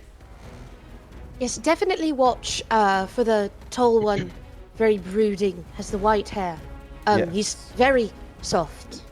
Gets hit a lot. I don't know why. People seem to just love harming him. It might be the brooding thing. It's troubling. It really is. I kind of hunch over, and you can see him. He stands up, and he becomes a lot taller and broad-shouldered. Oh my God! And he's like, "See, now I would be a target." So he kind of hunches back over.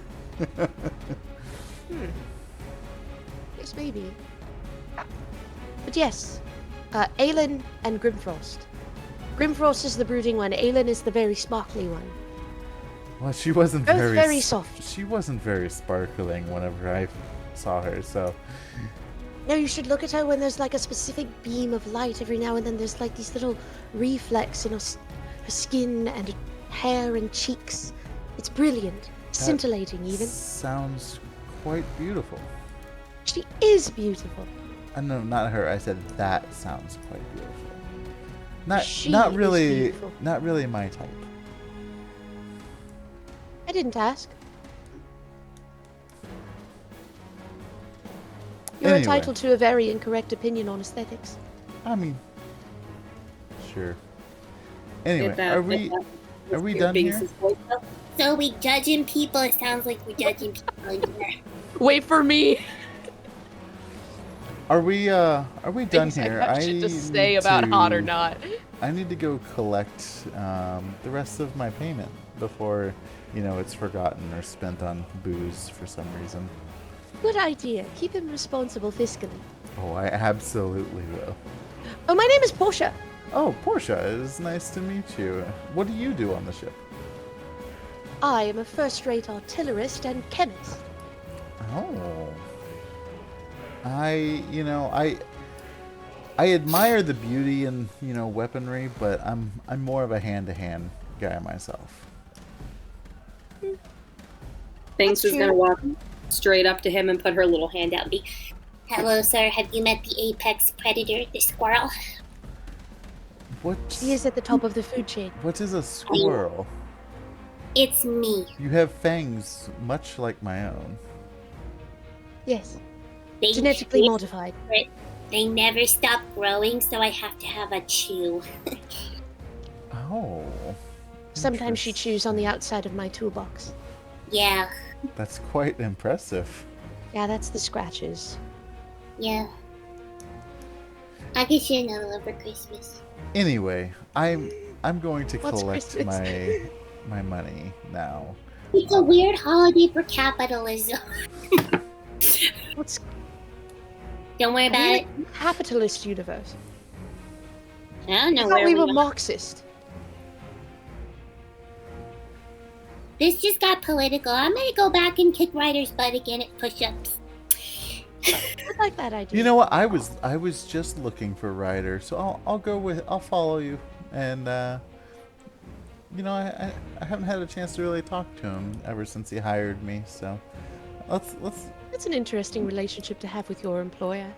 I know, right? It's kind of a hands-off model, but I like to be hands-on.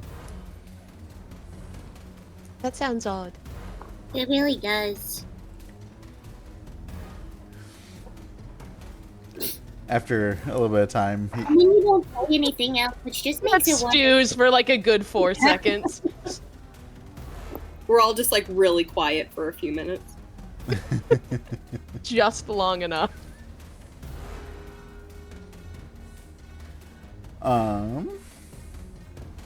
Yeah. So, what are y'all doing now? I would say at this point, if you wanted a rest, you could probably get a short rest on the first day. I'm just going to be on the deck, kind of training to myself, using the hand axes, as I haven't had too much practice with them since making them. So I'm kind of trying to stay as far away from everybody as I can, and I'm just going through drills, we'll call them. Okay. Sorry. How long? Dropping you. How long would you say you spent practicing? Probably a few hours. For a good number, we'll say like 4 hours. Okay. You can go ahead and add a +1 to hit modifier to your hand axes. Woo woo!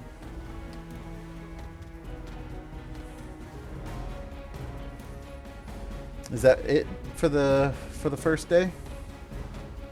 Binx is gonna go and steal like a closet for herself and like drag an unnecessary amount of like toys and like things like that to like make a nest out of in there, and that's her room. Okay.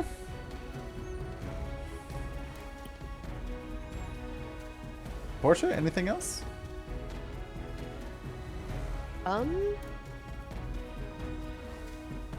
Yeah, I kind of want to set up, I guess, a little desk.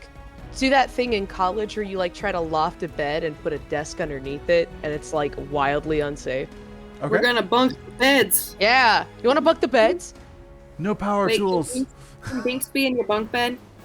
That is another thing on Distractable that was very funny. They bunked a bed using part of a plastic hanger. Yeah, but instead of like the metal pin. Just the plastic piece, and somehow it never collapsed. So the top person was like 2 feet away from the ceiling. Yeah. Great time. Love lofting beds. Looking at the blueprints of the Shrike ship, number 6 is the crew quarters. So there are 2 rooms that are set up to be crew quarters for the entire ship.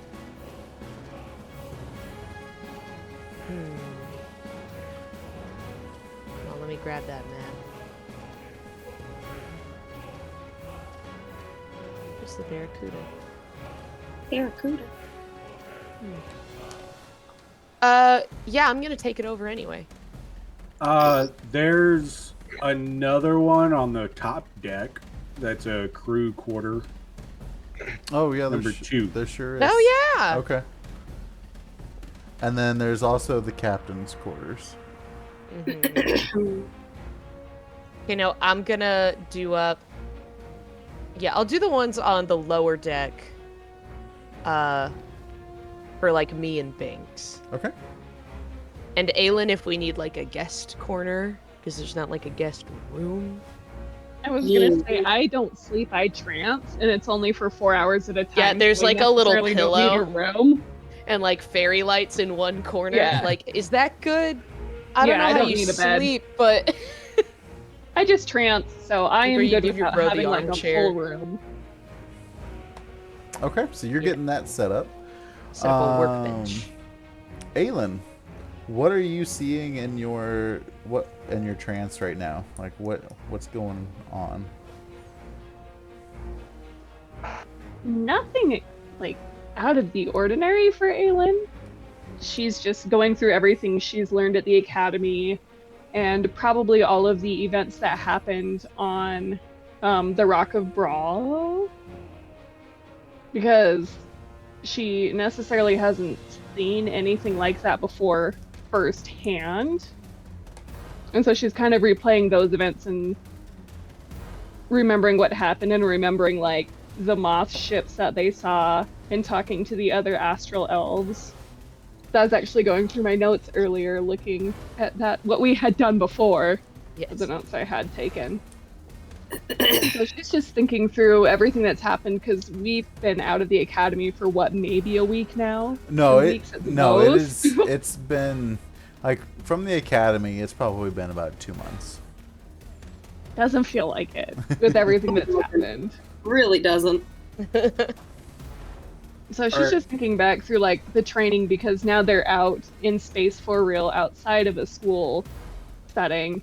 And again, talking to the astral elves and learning about the Emperor Zabin. Right. Yep. Oops, no notes. Emperor Zabin. And all of that. And thinking of what she could possibly have to do next if they encounter astral elves again. And preparing ahead and planning her next move in case they show up, which they probably will. Okay. Are you like in a room? They're setting up their kind of out on the deck. They're setting up their bunk beds, and I'm like hovering over a pillow, doing like one of these. She's with us. Yep. I'm gonna knock on their door and just kind of peek in and be like, "Hey, like, can you come out on the deck real quick? If you got us a sec." Why? We're doing cool things in here. Wait, Better be good. Just about got everything set up. Yeah, man, I was building IKEA. Can I have her back in a minute? Just kind of walk up to the deck and I stop at the railing and just very plainly just ask, how are you holding up? You know what? It is what it is at this point. I come from murderous people. Everybody looks at me weird, and I thought maybe going to the academy it might put an astral elf in a better light, but surprise, it didn't. And we were about to face a pirate that has fought astral elves, we're about to meet a pirate that has fought a lot of astral elves, so he's going to take a look at me and be like, her, not so much. So again, I get to stand there and be like, this is great, this is fun, and this is fine. Because it is. I know who I am. I know I'm not a bad person, and if people are just going to look at me and associate me with a bunch of murderous people, there's nothing I can do about it except be who I am. Plus, when we get to Doomspace, maybe I can get some answers about what happened to my parents. How are you holding up? I mean, you saw your mom, you beheaded a guy. Well, no, you saw your mom and punched her in the face. Beheaded a guy, won a competition, and then we maybe accidentally left you because we thought we could take care of something really quick, and it turns out we could not. And Grimforst almost died after dying. To your guys' credit, it wasn't that bad when I got. It was inside of a, giant fish. It's just one person. It could have been everybody. It could have also been me. But I just don't it want. could have been worse. I just don't want anything bad to happen to these people. You're from a long line of space fighters. I'm from a long line of murderous people, and I feel like we're dragging some very innocent souls into something that's deep and dangerous. Not gonna disagree with you there, but I don't know. I'm feeling pretty good about all this stuff. I got a lot of, stuff handled. The thing with Calder, it sucked, but I don't know. It just, there wasn't really a better way to handle that. I mean, you saw how he was walking around on his laurels and acting like nothing had happened. But also, what would your dad say about this? Get yours? I mean, the man was an honorable man, but he also knew when, your friends screw you over, that are people you considered family, somebody you trust, somebody who, you swore oaths to and is supposed to be your family, just leads you off to the woods. That's to us on Ironhold. That's not something you just let go. And yes, could have been handled a little bit more better. I might have snapped there at the end, but A, cheap shot. B, that cheap shot was supposed to be for me and it hit someone else. Didn't really think that next move through. Might feel a little bit bad about the whole punch in my mouth thing, but again, lots of pent up anger behind that one. Yeah, but we don't necessarily know your family history, and there's a chance she deserved it, but from what it was, we just saw an innocent person get punched in the face. Well, to your point, I don't know if Pop would have been too happy with that one. He might not have yelled at me a lot, but I definitely would have gotten yelled at. Well, it also kind of sounds like Calder might have been your new stepdad, so maybe I don't blame you too much in there, but... Yeah, still trying to wrap my head around that one. Not that I need to anymore, but I made sure when I was at the hideout, I kind of rummaged through Calder's stuff and had someone take her the deed to their house to make sure she at least had a place to stay. And your I dad didn't tell her I did it. Just a gift from somebody. Yeah, I mean, I just said give her the thing and walk away, but I don't know. I feel good about these people. Y'all, it's different. It's different, especially after Tarto pulled me out of the prison.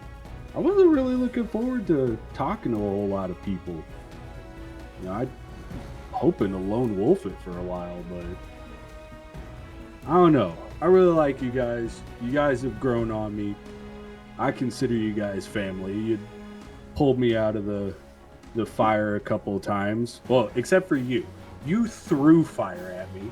which we will handle later. But you know, it's a good group of people, and I feel good about this. You know, I think we're gonna save a lot of people, and you know, at the end of this, people, you know, maybe people won't judge you or all Astro Elves so harshly when they find out that one just pulled all their butts out of the frying pan. I just don't want anything to happen to these people. It's not necessarily fair. I know what I'm getting into. You know what you're getting into. We have somebody from a completely different plane. We have somebody's science experiment that finally gets freedom, and we have an amazing high wizard man. I feel like putting them directly into the line of what we're doing isn't going to end the best for everybody. But that's just me, and that's where I'm from. Well, after we meet with the pirate people, should we give them the option? I even ask them if they want to do it? You know they're gonna say yes. You know well, that I they know want to Binx see will, this through. Binx has that whole bloodlust thing going on. But, I mean, you got a point about Portia. Like, she's trying to get home. Maybe she doesn't want to fight all these people. There's also a lot more to Doomspace and a lot that we might see. And I just hope everybody's ready for it. It's a very mystical and magical, dark, beautiful place. Maybe when Portia goes back, she'll have a lot of really good stories to tell everyone. I feel like she'll also have a better hand at technology and everything too, because everything is so different here for her. She's already improved our stuff. I can't even imagine what she can do back home. Good Lord, did you see what happened to that whale after the cannon? Yeah, I had a front row seat for that. Oh yeah. I mean, I don't want to bug you too much, you know. I wanted to check up on you and make sure you were, you know, in a good headspace. You know, keeping the crew morale up, as it were. Like I said, we just got to take it day by day because every new group of people we meet are very apprehensive about me at first. You should have entry music. Just roll up on somebody playing that thing, and then we could play one of our songs. Yeah. Where is our song list? We could play. My mom is dead. Hell yeah, brother. Love that one. Yes. One Angry Destiny and 2 Hardcore Money. See, and if they can't judge you if their Hardcore Money faces did are well. melted off by a rock. Well, it'll be interesting when we get there, especially since it's somebody's ex. I think we'll be all right. We got a good group of people here, and you know I'm pretty cool with the 2 I brought with me. They're respectable individuals. I trust them.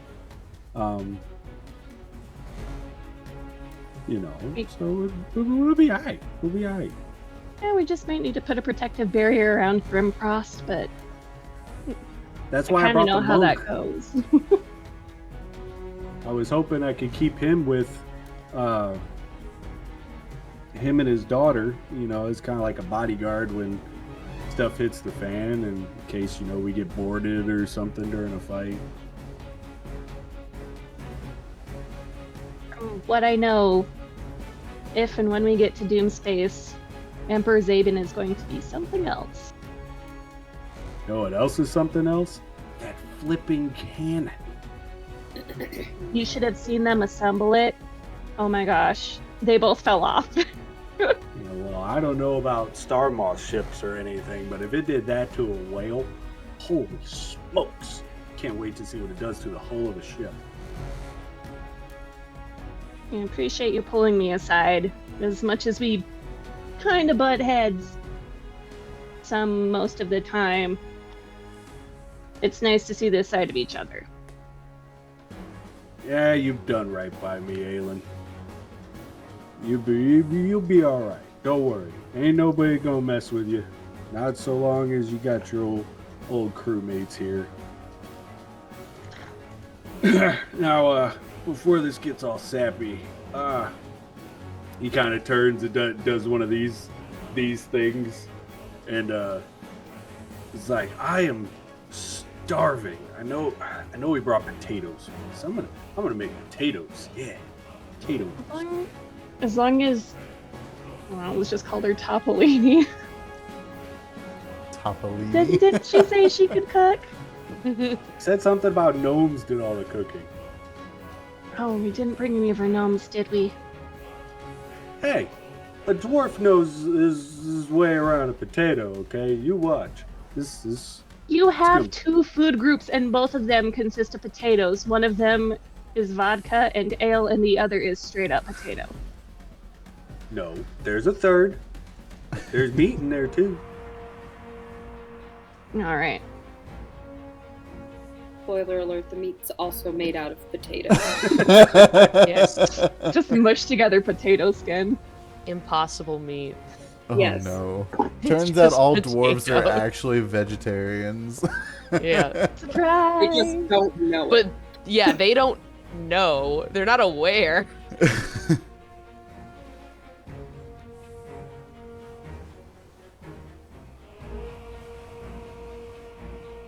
All right, well, if you're gonna go cook for everybody, I'm gonna go back with the girls who probably have their ears pressed against the door to the deck of the ship, if I know them.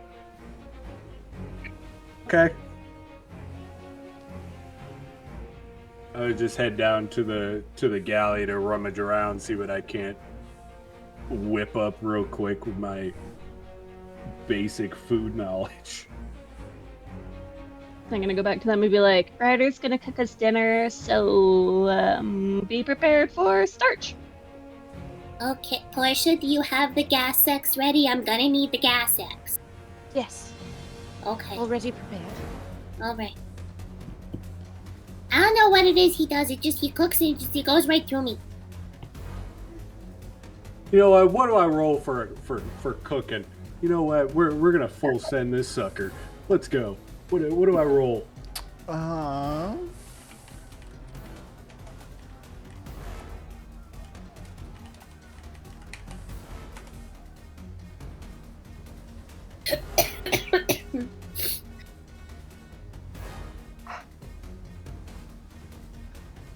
Let's say a survival. Survival, huh? Okay. Sorry, guys. It is an odd one. There isn't a thing for like food. Food. Well, I Right. mean, You survival need makes food sense. to survive. Yeah. It just so happens that wisdom and fighters don't go along, and I'm assuming Rob checked my character sheet before he told me. I did not. All right. That'd be pretty funny. Suck it, buddy. That's a nat 20. Oh my god! All right. You're gonna have good food. So So just I don't have to -3 on a nat God. 20. nope. So this Literally I'm sorry, Hell's Kitchen. -3? we will say this -3. is the we'll say it's an early dinner or we'll say lunch of the second day of your travel. We're progressing some time here. So as you're preparing this meal, Ryder, describe what kind of artistry is going on for this most delicious meal. It is absolutely no artistry. Like I said, it may be a nat 20, but I'm a dwarf with very basic cooking skills. Sometimes So, that's all you need for good food. It though. is just mashed potatoes. There's a little roll that goes with it, and just like a small strip of we'll just call it steak, miscellaneous steak. We'll call a steak. It Miscellaneous looks steak. sloppy thrown together. They're like the juice and everything's all over the plate. Everything's almost mixed together. Not a vegetable to be seen. And I got them all set out, and I just kind of scream out the door, "Lunch is ready!"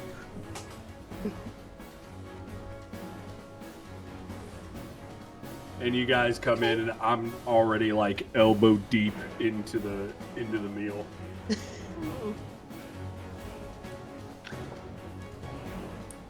Was expecting a lot of smoke in this room. I'm guessing it went well. I mean, I don't know. It tastes pretty good. Everything smells edible, so. She's gonna set up her own little dinner, like, table with, like, a cup and a saucer. I guess you didn't need I'm kind of like scratching my head with my fork. I guess you didn't need a whole steak, did you? I can put away a lot of food. Hey, you got it. You look over 5 minutes later to see her stuffing things into the cheek pouches. Just Nice. Yeah, I'll sit down and eat. How's Yeah. Grimfrost taking this feast?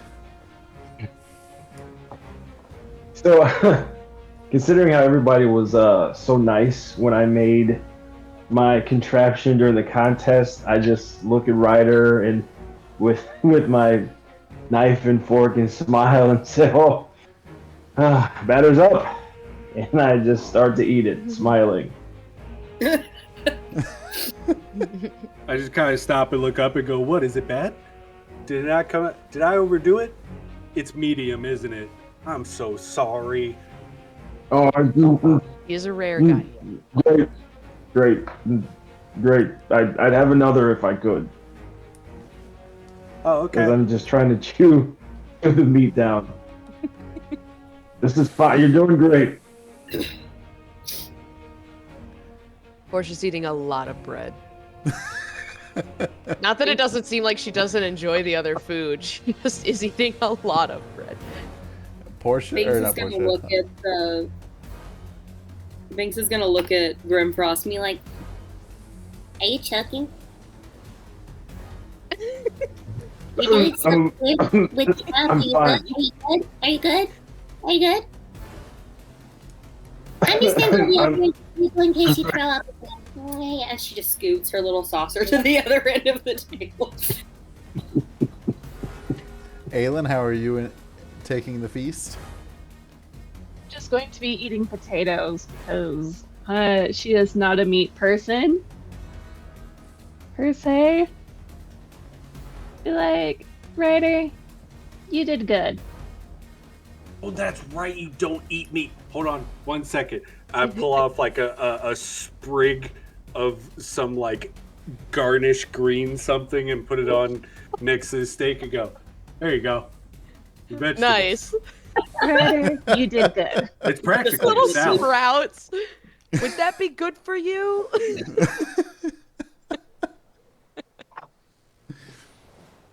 Well, you guys enjoy. I'm gonna go relieve Alara so she can come in and get some food.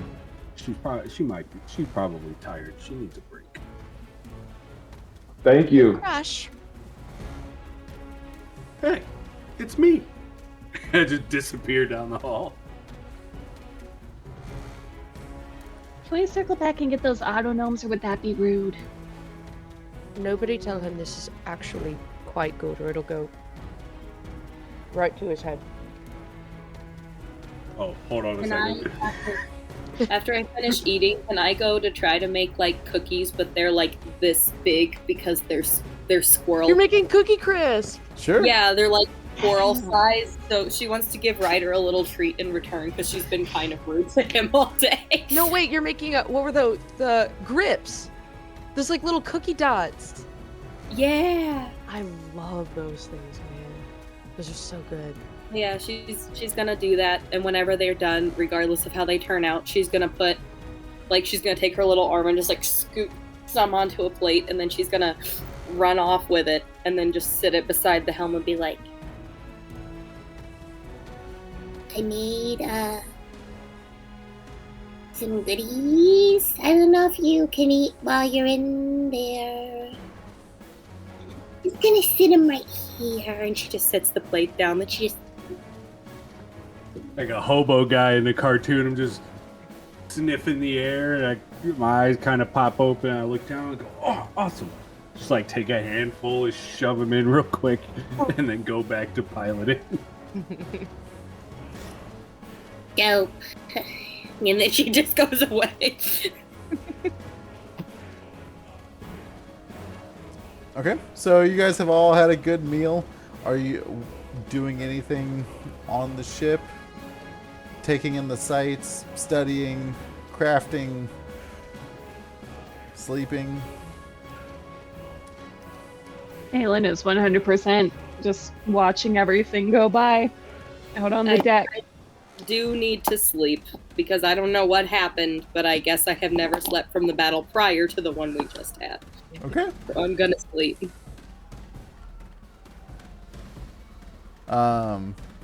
Since we're halfway through the second day, go ahead. It'll be a short rest. Well, it's been pretty leisurely. You can have a full rest over the course of 2 days. You're good. Okay. Portia, what are you up to?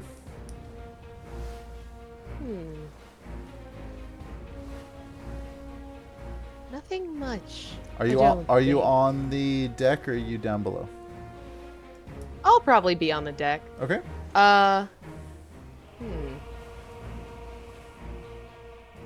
Where is Topola right now? I would say she's hanging around with Crux, just having small conversation with her friend. I'm gonna walk over and bother them. Okay. I had a feeling you'd want to, so I didn't do it. Oh, I'm gonna put someone in a situation. Kind of tap her on the shoulder. Oh, hey Portia, what can I help you with? I was wondering. I know we're currently on a much more involved journey at the moment, and I know that all of your resources are currently being funneled into the map of Doom Space, and cartography is a very busy thing. But have you, by chance, had any other luck writing out anything for a path to Ravnica? I haven't written anything out for it yet. I mean, it's really, it's only been 2 days since we talked about it. I haven't had much time to look into it. I really am sorry. No, it's fine. I don't know how long something like this normally takes. I'm not really the one making maps. I just sort of follow them. I mean, that's fair. I mean, you're the only person that I know from Ravnica, so you will absolutely be the first person I come to, not only for research purposes, but, to maybe take me to visit. Sure. I mean, I won't necessarily know how to get you back right away. Well, in theory, if we find if I got here once, there, I can reverse engineer something. Exactly. If we can get you back, surely there's a way for me to then, in return, get back, or even stay. Maybe I can build a lab. And if you would like to, I promise you, there is no shortage of labs on Ravnica. The Izzet League, of course, is the most brilliant one. If you can get in, that is. They have so many resources, it would blow your mind. That sounds quite wonderful. It's amazing. The apex of brilliance in engineering and progress. So we have the apex of engineering and the apex predator? Well, Binx is... Call for me, I more... just woke up. No, you right? What? Yeah, that's she comes more up. accurate for Binx. I'm not in it yet. Yeah. Yet. I'm trying. I will. It's going to be a thing. I do believe in you. I believe that you're quite, smart, you're kind, you're driven, and, seeing what you did with that cannon is quite impressive. I know that you're going to do great things. Thank you. I mean, perhaps if we do find a way to get back and we can bring this ship along with us. Perhaps that's enough for an orientation. You do have to invent things in order to get in, so... Ah. Well, I mean, worst case scenario, I mean, maybe you can just take the cannon with you. It's very large. I would love to, though. That is if Ryder and everybody don't still need it by the time I leave. Of course, I don't even know when that time would be, but... Well, let's focus on, you know, the situation at hand and, you know, squash the initial threat. And then we can focus on, you know, seeing if we can get you home. Maybe the rest of the crew would like to also see Ravnica. I mean, it would be fun if they'd like to come by. I mean, if it's... I know that they love the Academy, but if they flourish there, I can't imagine what they might do if the League could possibly let them tour. I would love for them to see it.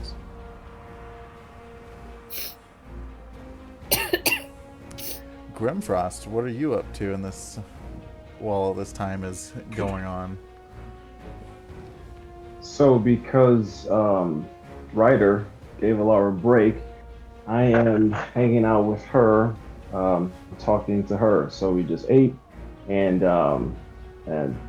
because she's not piloting the ship, now we get to play some more catch up. So I am just talking to my daughter, just seeing how she's doing, what she's thinking, you know, just being a dad right now. Dad, this is all so confusing. I thank you again so much for coming to find me.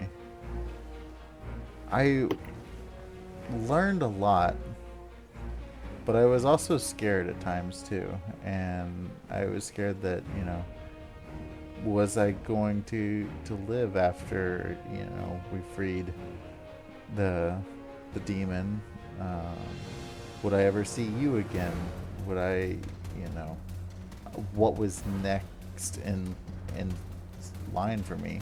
And from everything they said, like, I was destined and bound for great power. And as I felt myself getting stronger and learning, I don't know if I was ever going to reach those potentials that they wanted.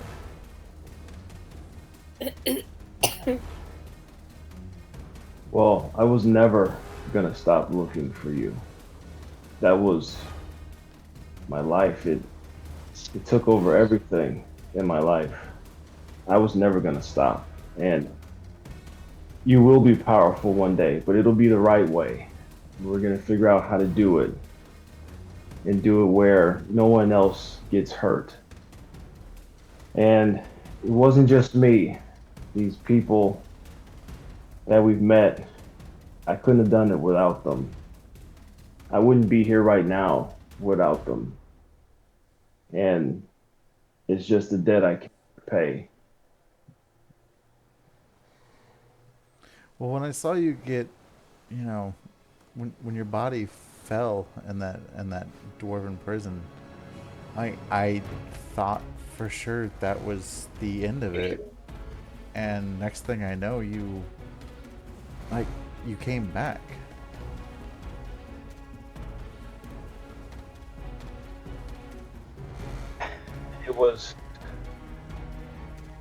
I thought it was it for me too.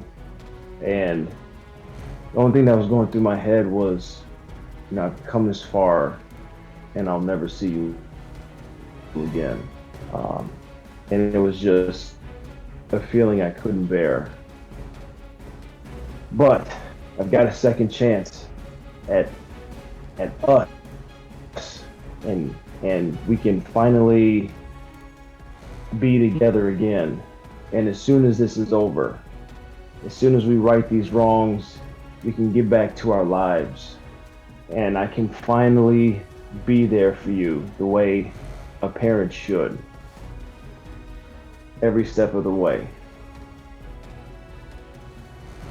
Well, you know, it'll take some time because I feel like I've missed out on so much, but you know, I'm glad that we're here together now, for sure. I know, and it's okay. Like, it's been a long time, and you don't know me, and I don't know you, but we're going to get to know each other, and we're gonna figure this out. As long as we stick together, we can make this work. We can be a family again, if that's what you want.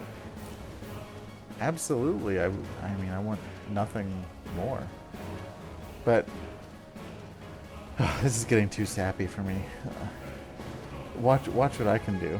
And you see her like start, moving her hands, nervously, and then she just like reaches out and she snuffs out the flame of a candle without even touching it, with what seems to be like this shadowy type of magic or energy. It's like, that's something that I learned to do. So Grimfrost looks at her do this, and he puts her hands down, and he pulls her in and just gives her a hug. It's like, and he whispers, "It's okay. I struggle with this too. But I love you. And we're gonna be okay." And he embraces her tighter. You can feel her, kind of latch on to you and say, "Thanks, Dad. I love you too."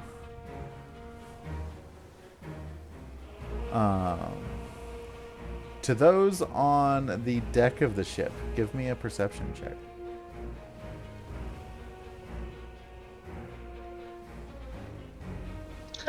Am I still asleep right now? I would say probably. Okay. Yeah, it's only 28. been 20. Jesus Christ.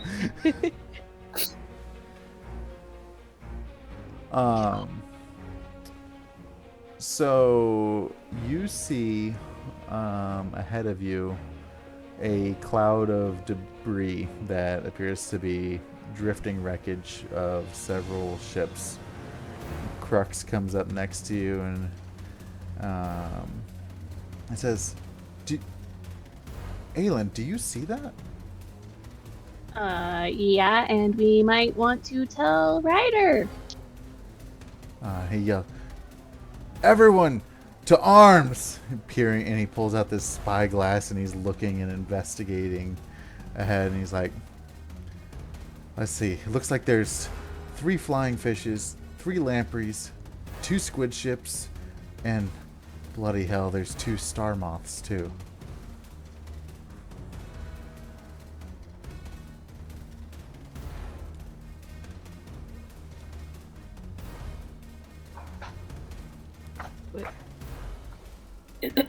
Would Aylin be the only one awake right now? No, like it's mid-afternoon. Aylin, Oh, okay. yeah. Binx was the only one that went down to go to sleep because you were talking to Topola, which was there next to Crux. So you would have heard this. Ryder probably would not have, and Grimfrost probably wouldn't have, being down below. Oh, go ahead. I was gonna look through like the sight of my rifle and see if I can also like a spyglass kind of get an idea of what we're looking at.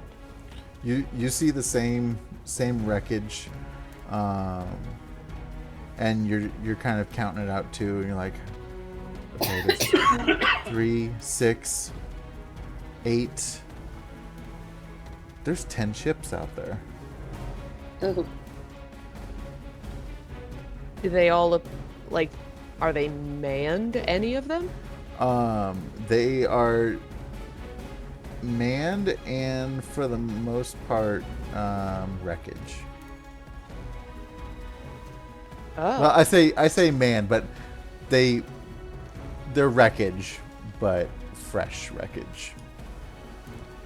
If that makes sense. So I still see like there are people on them attempting to like fix things up, or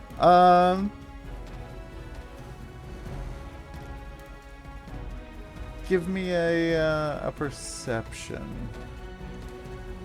Okay. As you're kind of scoping through, seeing.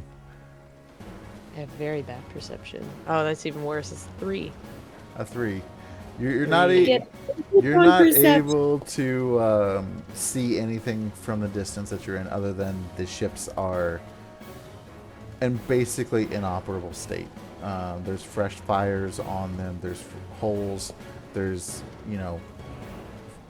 wood and other ship materials like just kind of floating in the spaces around and kind of scattered. That's from where you're at, that's about what you can see. Paula, did this friend of yours captain any specific kind of ship? Yes, he had a very large galleon. Do you see any sign of it out there? I'll line up my rifle so that she can look through. She's kind of counting them out, and she's like, okay, Crux's count is accurate. There's 3 lampreys, 3 flying fishes, 2 squids, and 2 star moths. I don't see the galleon though. But those ships are flying Garganhale's colors. I fear that could be half of his fleet. That's only half. Well, let's just hope the other half is intact and not floating out there. Did Ryder hear Crux? No. Okay, I'm gonna cast Sending to Ryder. I'll have 25 words. Hey, Ryder. Problem upstairs. 10 ships. Lots of debris. 2 star moths. Should we stop? At that point, you feel the ship start to lurch to a full halt. I get up from the helm, and as I'm running towards the ladder, I kind of call out, "Alara, if you please, take back helm control." And I climb up to get onto the deck and run up towards everyone and just kind of stop stunned. You just hear the little pitter-patter run. I'm just like, my gods. Okay. So what do we got? You said 10 ships. Are they all bad?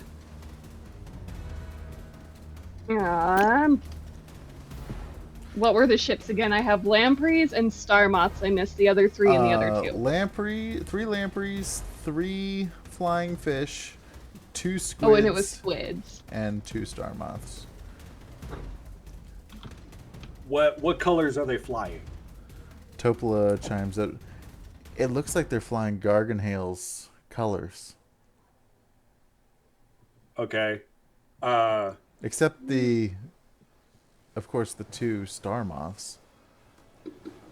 Okay. Cool. Portia, keep the weapons powered down.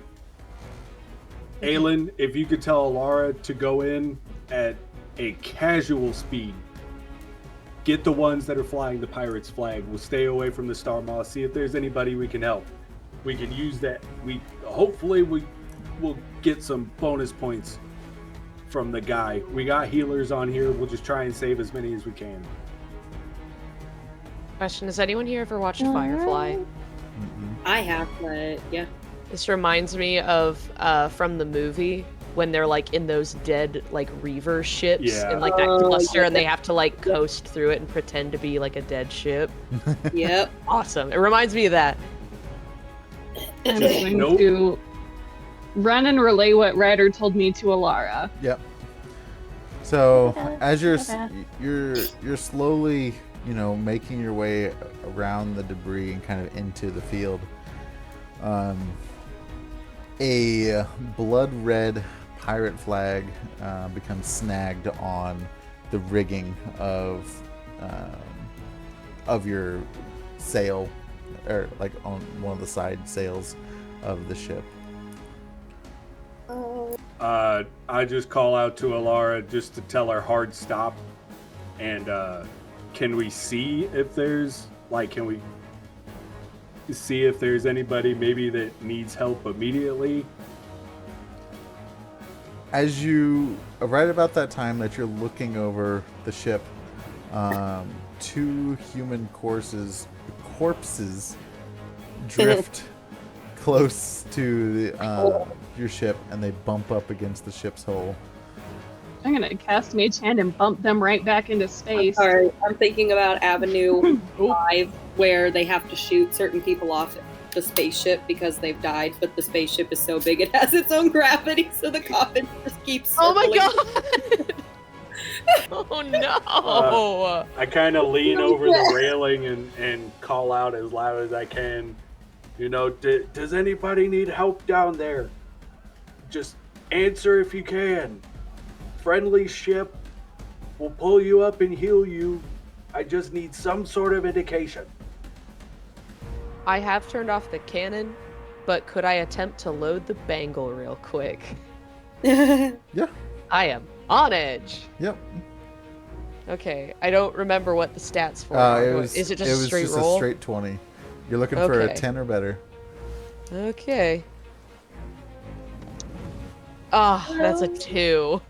So dang it. Yeah, you were unable to get it loaded. I load my gun instead. So as Ryder's calling out, you hear just a very faint voice.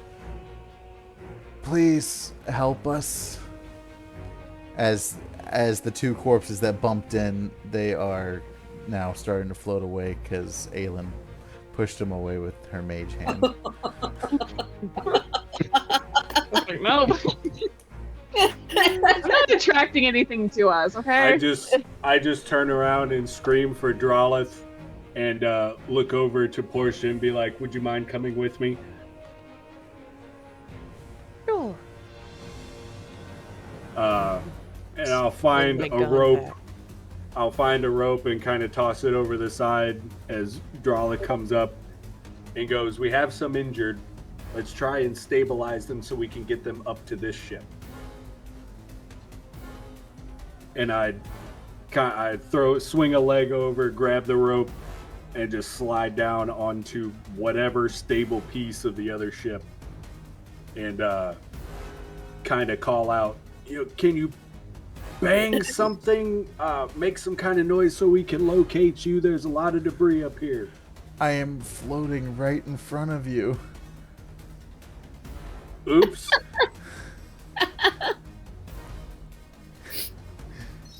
We got pushed away from your ship.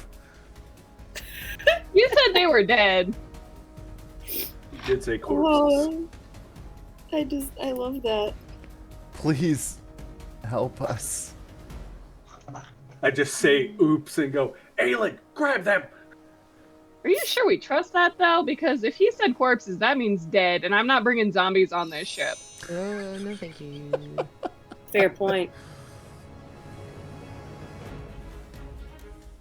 I just kind of turn around and start scrambling up the rope and go, damn it, stop, think. Panicking too much. Look, if you want to die, that's your prerogative, not mine.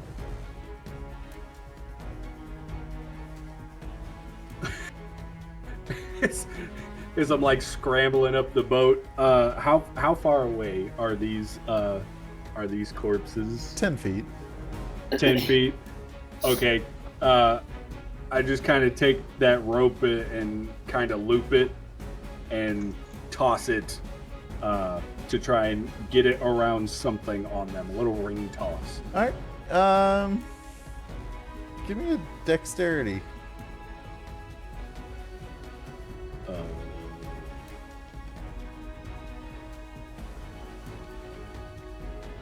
Okay, there it is. Plus 1, 17. Okay. You're able to loop one of them, and you're getting them to pull in. And as you're kind of pulling them in, you hear the other one like, "Please don't leave me out here alone. Those scavers are eating everything." What Just if they have what? sabers on them? well, that's the big whale we fought. Circle I back remember. around. You don't see them until they strike. I just quickly pull him in, kind of gently put him on the floor, and then take that loop and throw it out to the other one. Same roll. Yeah.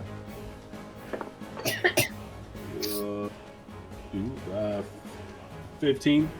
Yep. You're able to pull them. They're both laying on the floor, the deck,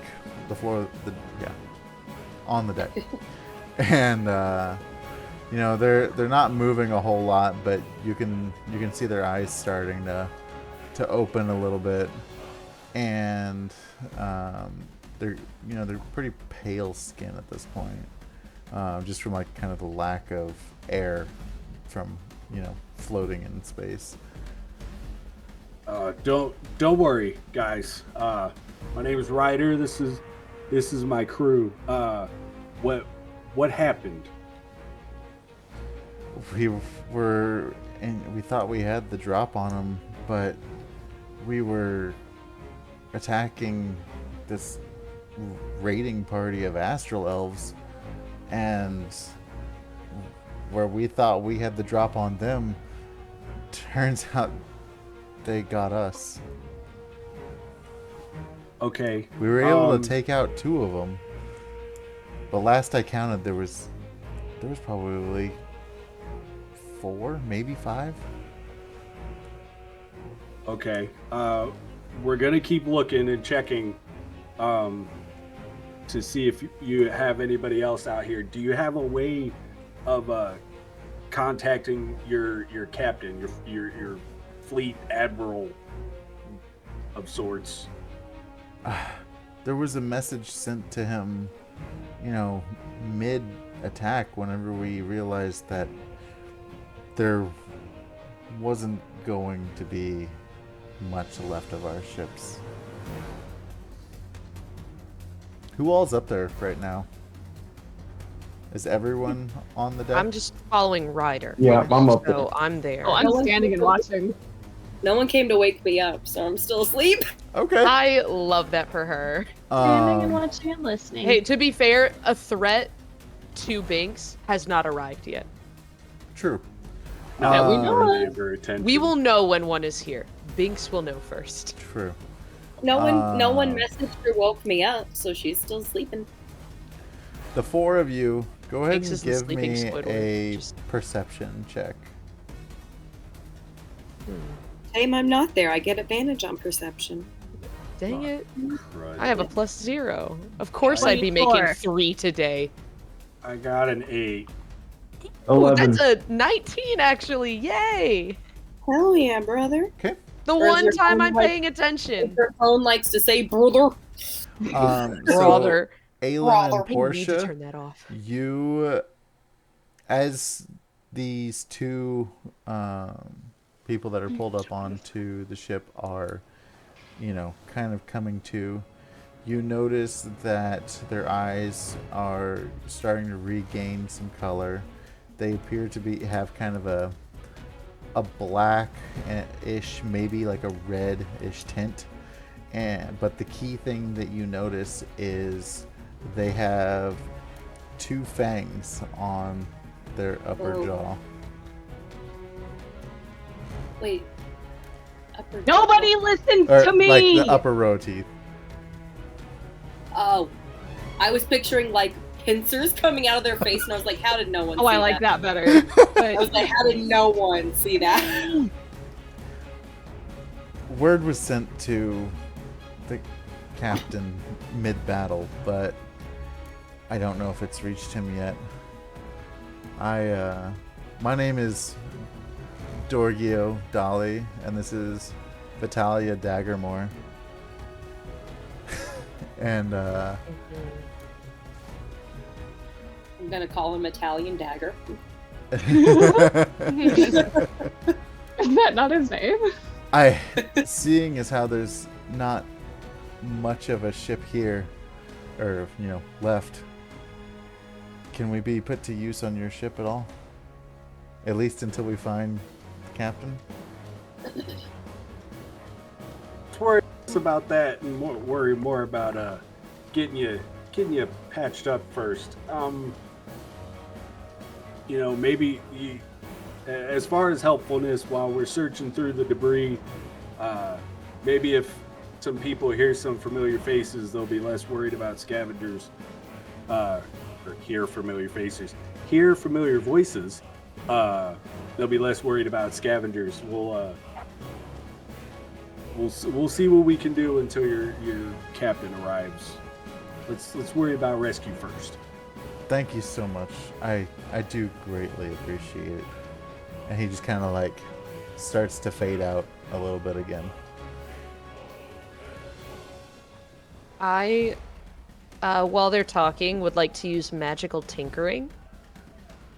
And I'm going to take a little lug nut out of my back pocket, and I'll spin it around a bit with my gauntlet, and I want to imbue it with 25 words of text. But I don't have to speak to do it. Okay.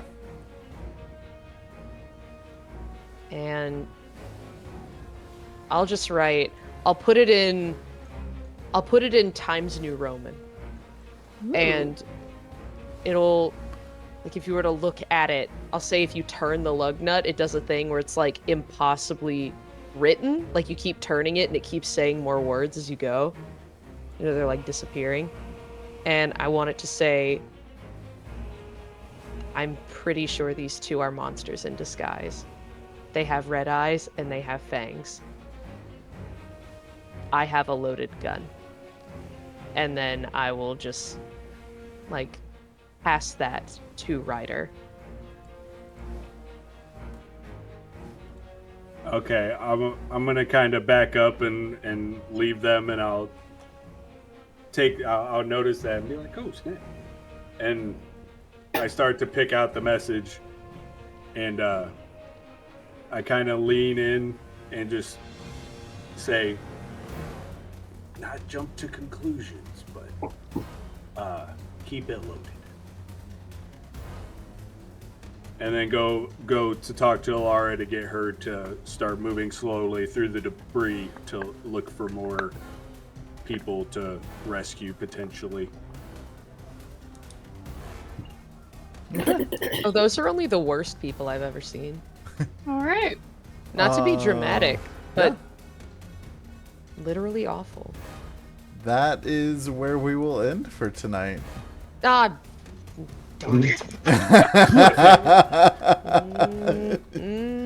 You're gonna put me in another situation where I'm gonna have to fire a gun at a random person that we found in space. I can't keep doing this. Hey. Plus side, not a child this time. Yeah, sure, I guess, but there's two of them now. I've also been right twice. Yeah. We just need to listen to Aylin. Look, not to toot your own horn, but you've been right way more than that, okay? Nobody listens to me. I'm just like, hey, I'm not gonna deal with it. You can't counterspell a bullet. Exactly. I say, be prepared. Well, if they're already dead. I've seen Firefly. I know where this goes. Anyway, thank you all for hanging out. Yeah, go ahead.